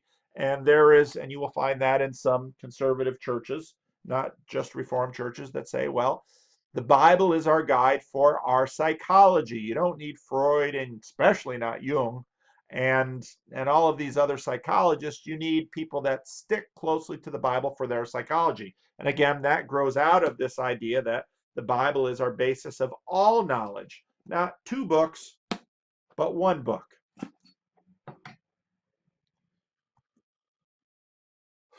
Other Christian movements. Oh, he doesn't like Joel Osteen.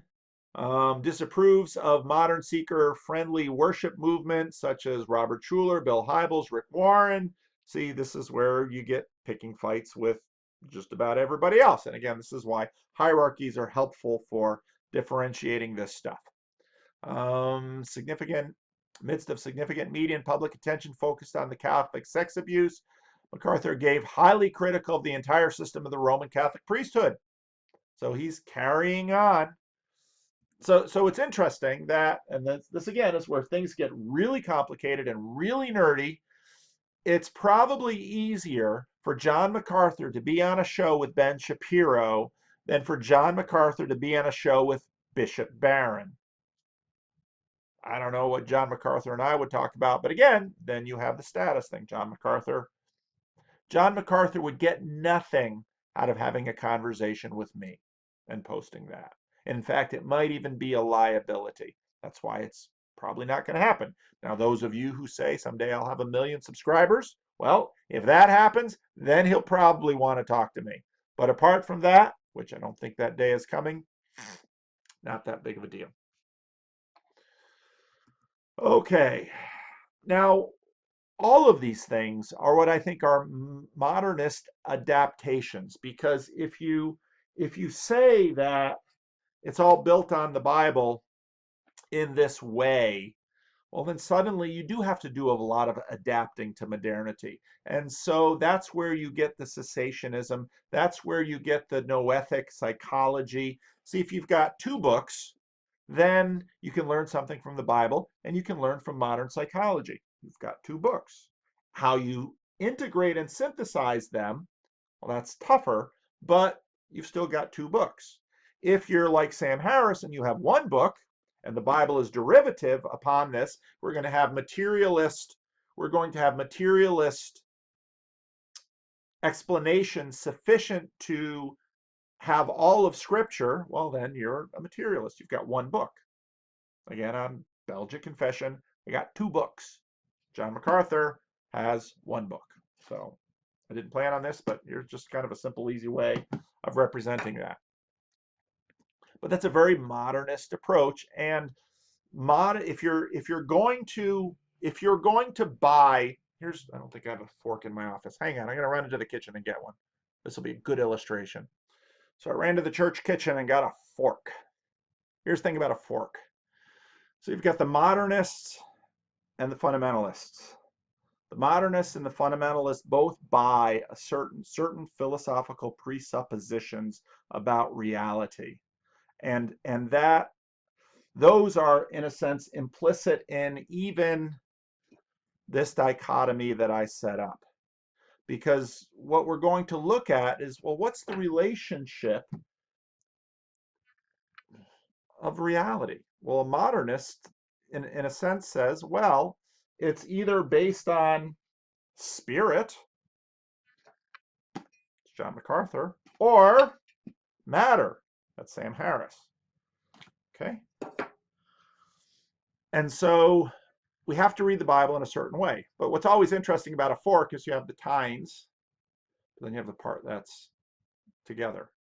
And what often modernists and fundamentalists don't understand is that they've got a lot down here that they share an assumption, which add to a different fork.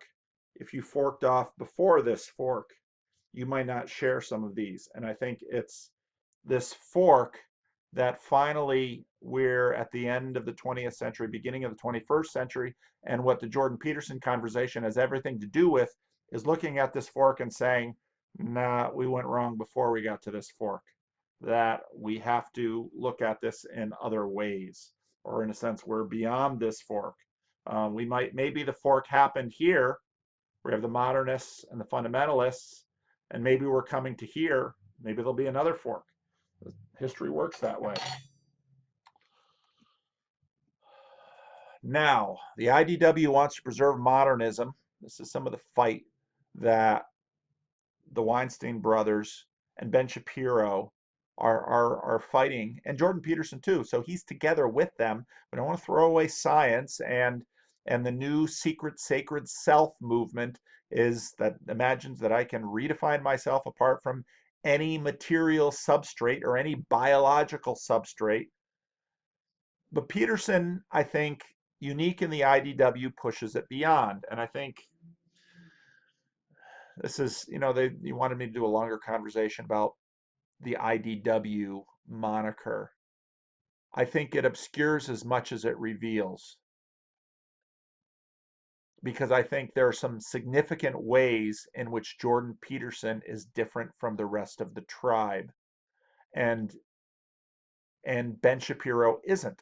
Ben Shapiro is a theist, but in some ways, so he's got some similarity with how Jordan Peterson is different in that he's a theist, but he's a confessional theist. So he just flat out denies Sam Harris what he believes. But Peterson is actually working on something what I think is a new synthesis. Now, I don't want to get too Hegelian here because there are plenty of issues with Hegel, and I know for some commenters I'm not sufficiently Hegelian. Now, perhaps for some others I'll be too Hegelian. But Peterson pushes beyond into a more Neo-Sacramentalism.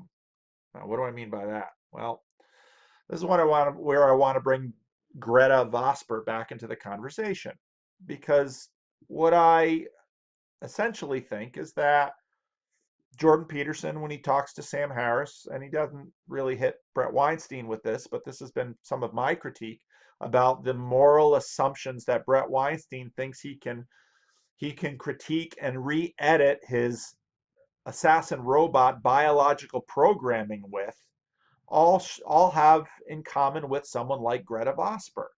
Now what happened? Oh, I got to right click on it. What happened with Vosper was that back a couple of years ago, when her thing hit, well, 2016, the United Church of Canada didn't really want to take this on. And that was because they didn't want to be mean. Well, to kick someone out, that's mean. And there's real cost to disciplining Gretta Vosper because she doesn't believe in God. And they basically wanted to have it both ways. And let's see, they said it pretty well. The report of the interview committee is clear that the doctrine of the United Church has never been a static thing. Well, that's interesting. The sub-executive affirms that there has always been evolution in how the church describes what it believes. Okay.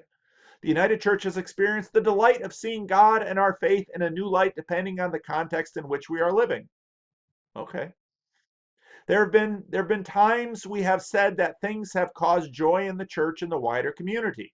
We've also over the years come to realize that some of the ways we have said things and some of the ways we have acted have been cause for regret, sorrow, and repentance. But whether we have stated things in good, bad, or evolving ways, there has been the constant that the church believes in God, follows the way of Jesus Christ, and is led by the Spirit. So, but what happens if you get rid of that?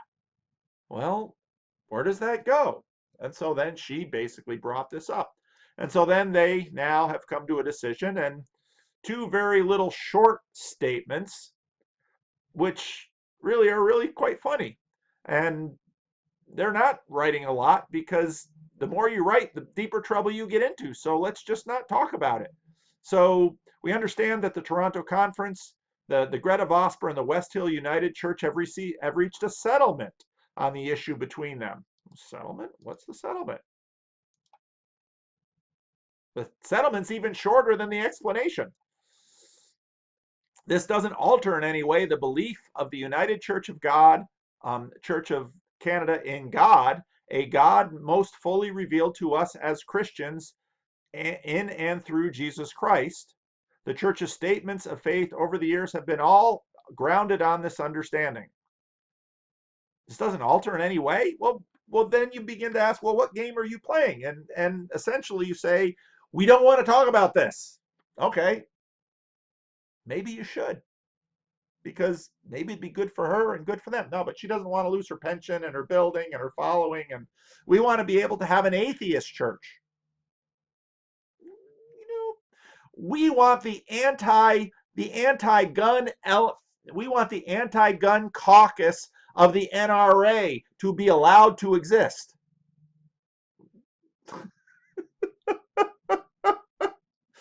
And you can do this all kinds of different ways. We want the Red Sox fan caucus of the Yankee fandom to exist. Well, you can't be a Yankee fan and a Red Sox fan. But it's not my church, not my denomination. Let me say, oh gosh, I'm going to get in so much trouble. Where was I? And this is where I think we have post-Christian Christendom in operation, because there's so much legacy code from Christianity here that we really don't want to admit or deal with or engage, but let's just keep going without it. And well, at some point it just kind of gets silly.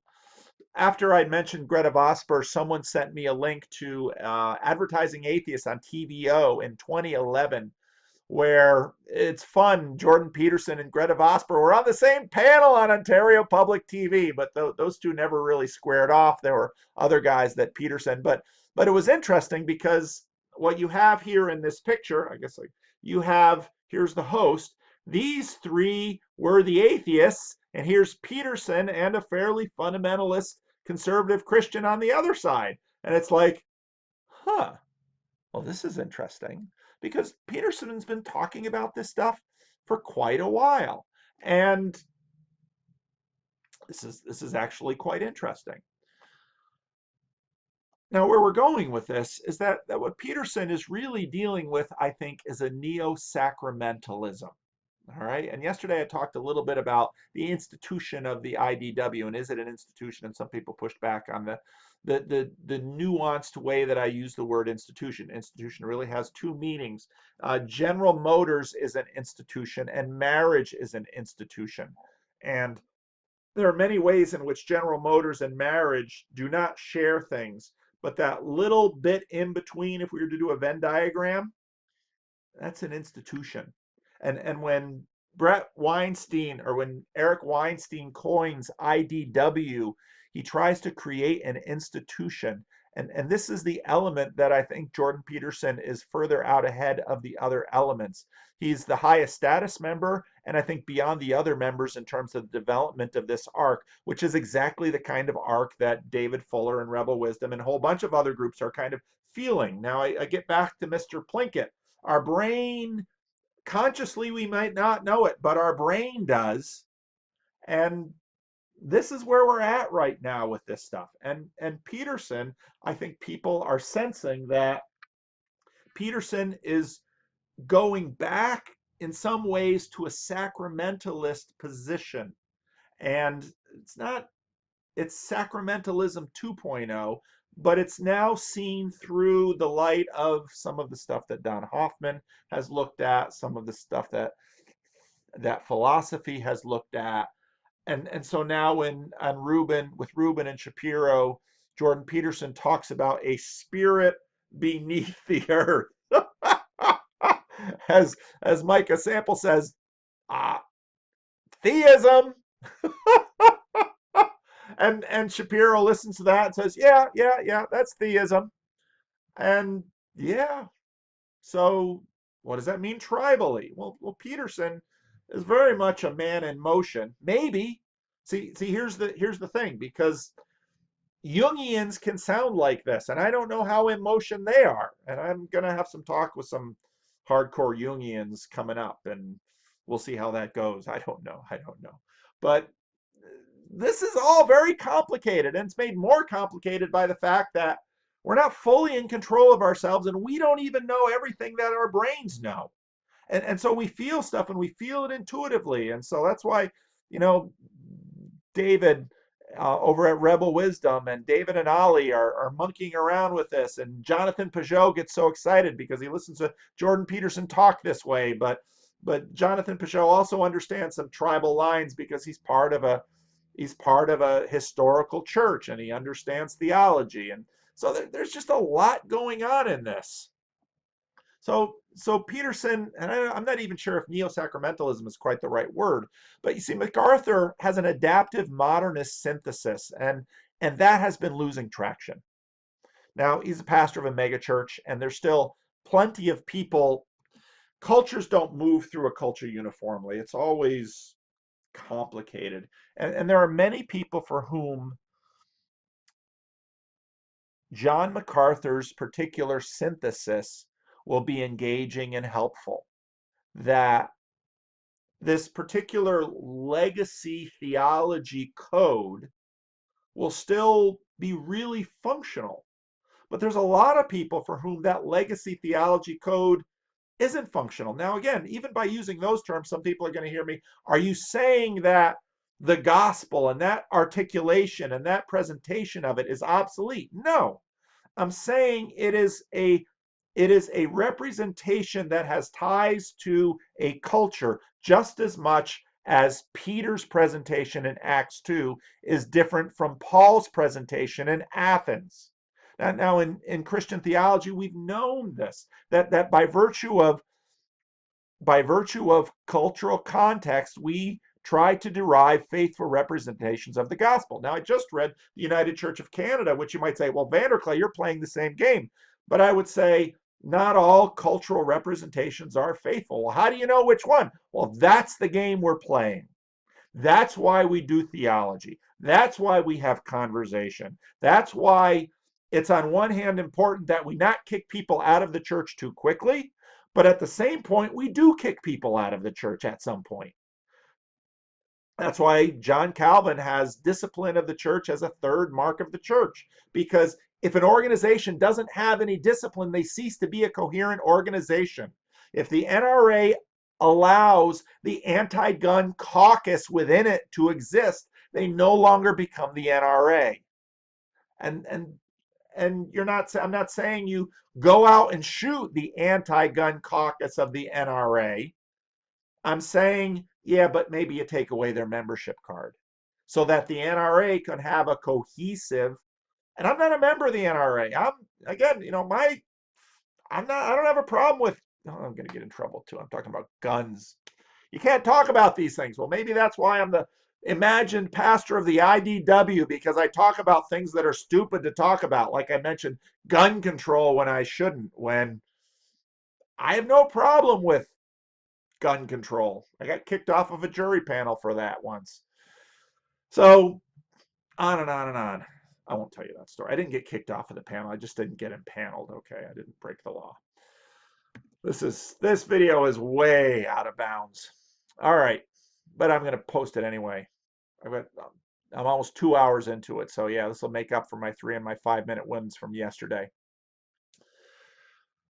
MacArthur's adaptive modernist synthesis has been losing traction. Sacramentalism, seeing God through the stuff, has been on the rise. Now, I think we're going to have a Neo-Sacramentalism that's going to be, as with all neo movements, has continuation and difference from the previous movement. And I think Jordan Peterson is part of this trend. And when he reads the Bible and just the way he approaches the Bible, there's a sacramentalist element to this, and this is part of why Jonathan Pageau began to pick up on Peterson, because Jonathan Pageau's ancient sacramentalism and Jordan Peterson's neo-sacramentalism found enough that's alike, but Pageau will talk very eloquently about what they disagree on, and now they're able to manipulate hierarchies and say, well, Jordan and I disagree on a bunch of things, but we agree on other things, and we have mutual interests, so we're able to be friends. And a lot of this is what the IDW is supposed to be about. So if I'm not a member of the NRA, my conservative fan base, will you still love me?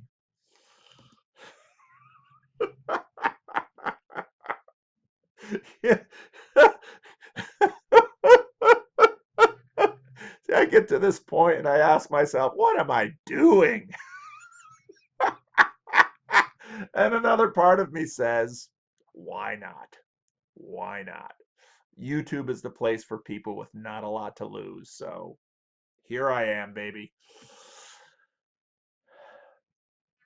So sacramentalism, seeing God through the stuff.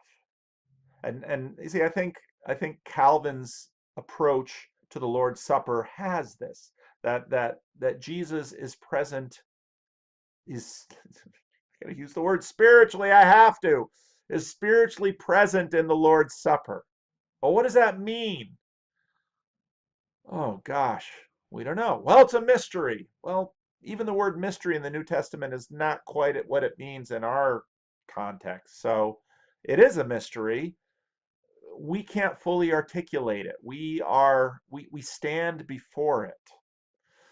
Seeing the reintegration of the layers and the readjustments of the elements within the hierarchy. I think that's what we're doing in this project. And again, when you get to my insistence on the historicity of the resurrection of Jesus and the physicality of his body that they touched, that's all in there because as Jonathan Peugeot tweeted a little while ago, yeah, we can understand religion as a heuristic device, but so is science.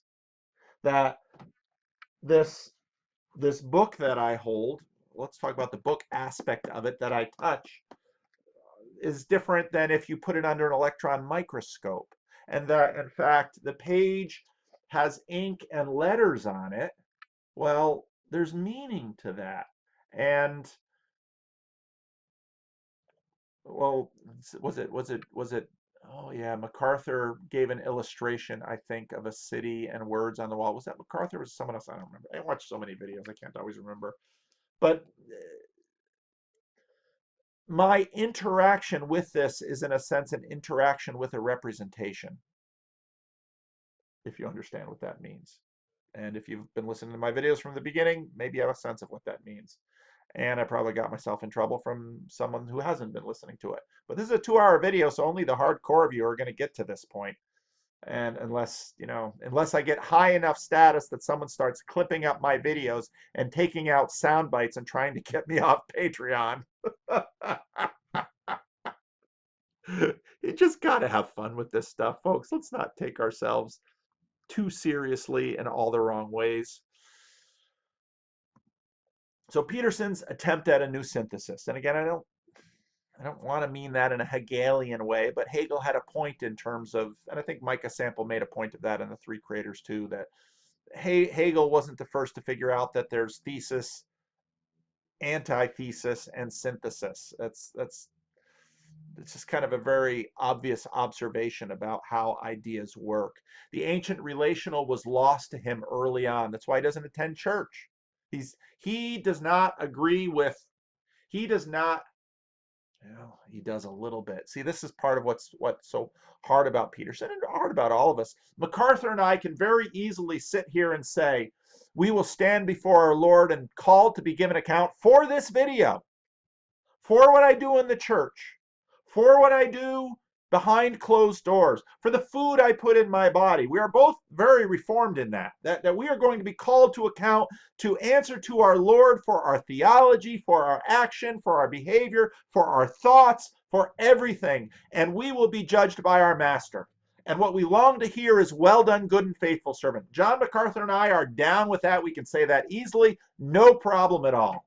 Jordan Peterson, I don't know if he would, I think he would say something similar to that, but and he says some things that are like that in his book. You'd better not lie because it's always found out, and on and on. He has those kinds of warnings that are rather last judgmenty, but it's not framed and distilled and honed in the way that a religion does that John MacArthur and I share. And I don't know about Ben Shapiro, probably something like that, but in more of a Jewish context. All right.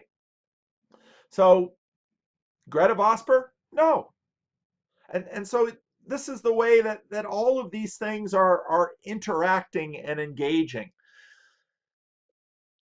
Jordan Peterson wants to subsume the modern, not exercise it. Okay, and if you understand what I mean by subsume, is that you want to take what's in the modern, purify it, reform it, not lose the important parts of it, but also not lose the other parts of it. And that's what he's doing. All right. And again, people who dismiss Peterson as being dumb, it just doesn't hold weight. Of being a lightweight, well, he has credentials in his field. He bolts from the pack, and in my opinion, he's made a real contribution to my lifelong learning process, and I think he's making a real contribution to a lot of different areas. So if I didn't think that, I wouldn't be spending all this time. And I got to close this video soon. We're almost done. There's a sacramentalism in Peterson, and Jung is in this mix. And I haven't quite figured all that stuff out because Jung isn't terribly seeker sensitive. He's not terribly user friendly. But there's a sacramentalism in Peterson that I think is important. But it's also a Protestant theoretical confessionalism.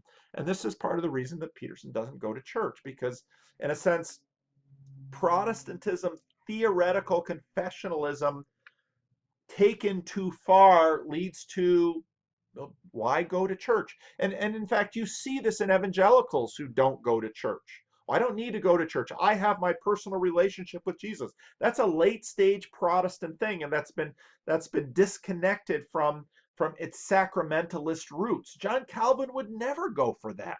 John Calvin, I've been rereading the Institutes, and it's I haven't read the Institutes too often since I studied them in college.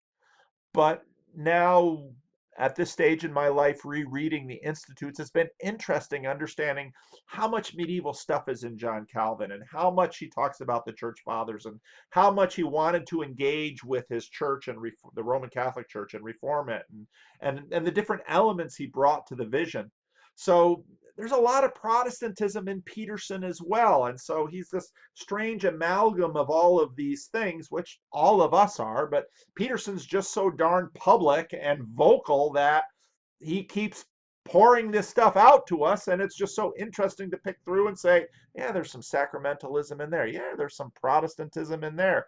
Yeah, there's some modernism in there. He wants to preserve that, but boy, he's interested in some of these other things. And then you throw that crazy Jung in as a wild card, and it's just interesting. So,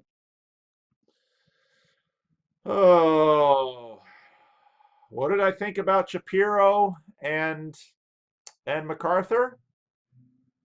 Again, I thought the most interesting thing about it was Shapiro's initial comment. He's been the most anticipated guest so far. And I thought, I'd rather talk to Jordan Peterson. I'm not saying anything against MacArthur, but it's not as interesting to me. I know many people like him, and that's not a criticism. That's just, I know modernist evangelicals, a lot of them, and a leaky dispensational. That's a little bit interesting, but it's also a little troublesome, because I think, well, how are you reformed if you're flirting with the dispensationalists in that way? And so you wanted to know what I thought of this conversation. Well, there's 2 hours worth. And as I said earlier, I bet you a bunch of you are dissatisfied, because if you come to this video and what you really want is some tribal analysis, I'm with John MacArthur, I'm with the IDW, you're not going to get that from me, because I'm too old, and I've studied too much stuff, and I have too many of my own ideas. And so I put these things in hierarchies. And on one hand, I'll say with John MacArthur, our ancient relational, yes, Jesus is my master. And me and John MacArthur, and there'll be a bunch of commonalities that John MacArthur and I will have. And there'll be a bunch of differences. Now, John MacArthur seems to much more be in the habit of denouncing people. And so if I had status, he might denounce me. And some of you other low status people who are in the comments section might denounce me. And if you do so, you know me by now. I won't be upset. I don't mind being denounced. If I was afraid of being denounced, I wouldn't be on YouTube. So that's not where I'm at. But I find the entire map of the landscape interesting. And again, I think then people say, well, Peterson should talk to Shapiro. No, not Shapiro. He's already talked to Shapiro. Peterson should talk to John MacArthur. I don't think that would go well. Peterson should talk to William Lane Craig. I don't think that would go well because William Lane Craig, unless he spent a lot of time investing in Peterson, even then I don't think it would be a great conversation because William Lane Craig is too much of a modernist. Have Lane Craig and Shapiro talk. There'd be much more connection there. And I'd like to see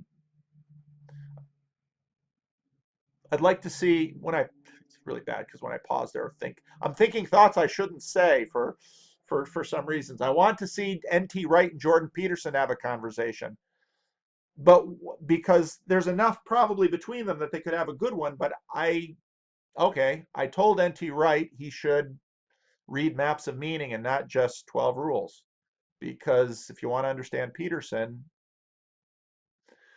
you should read Maps of Meaning.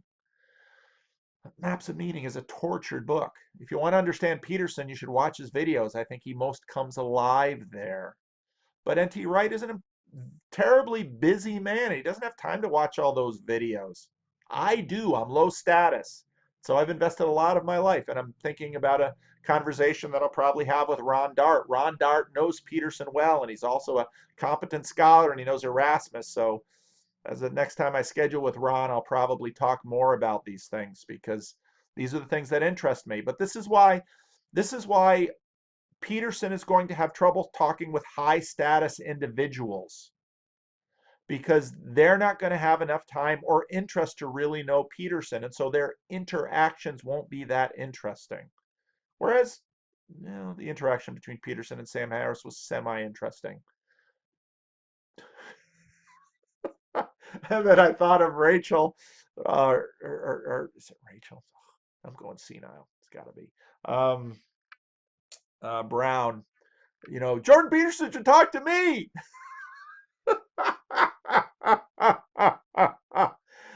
And this is where I go back to my hierarchy and say, finally, and this is part of the joy of being a Christian.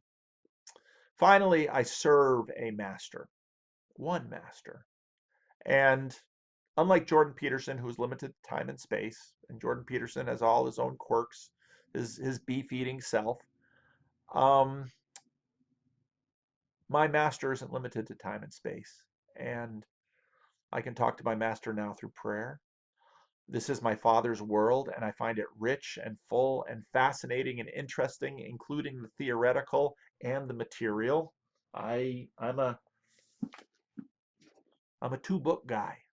I don't have Taylor's water bottle anymore, right, Joey? There's people in my meetup. So I'm a two-book guy. This is my Father's world, and it's rich and full, and I believe that once they put my body in the ground, I will be with my Lord, and I will answer to him. And he'll have some things to say to me that I don't want to hear because they're true, and I am a sinner, and I have failed him in many ways. But I believe he will welcome me into his kingdom.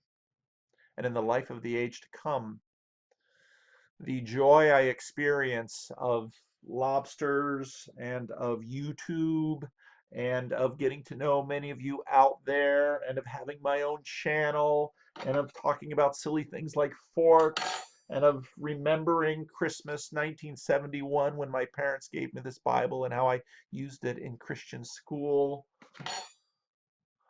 where all the sad things come undone.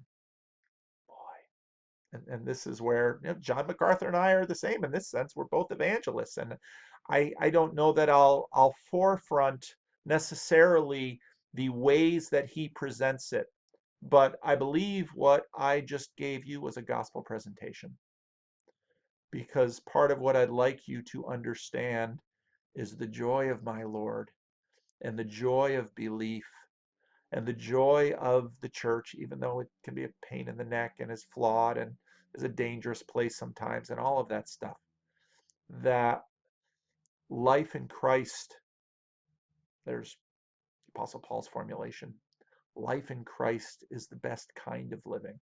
And that's my gospel plea.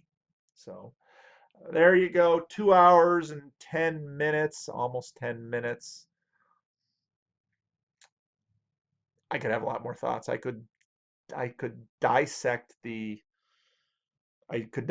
Shapiro MacArthur video, but I didn't find it that interesting, except for what Ben Shapiro said right off the bat, for all the reasons I listed here. So sorry to disappoint.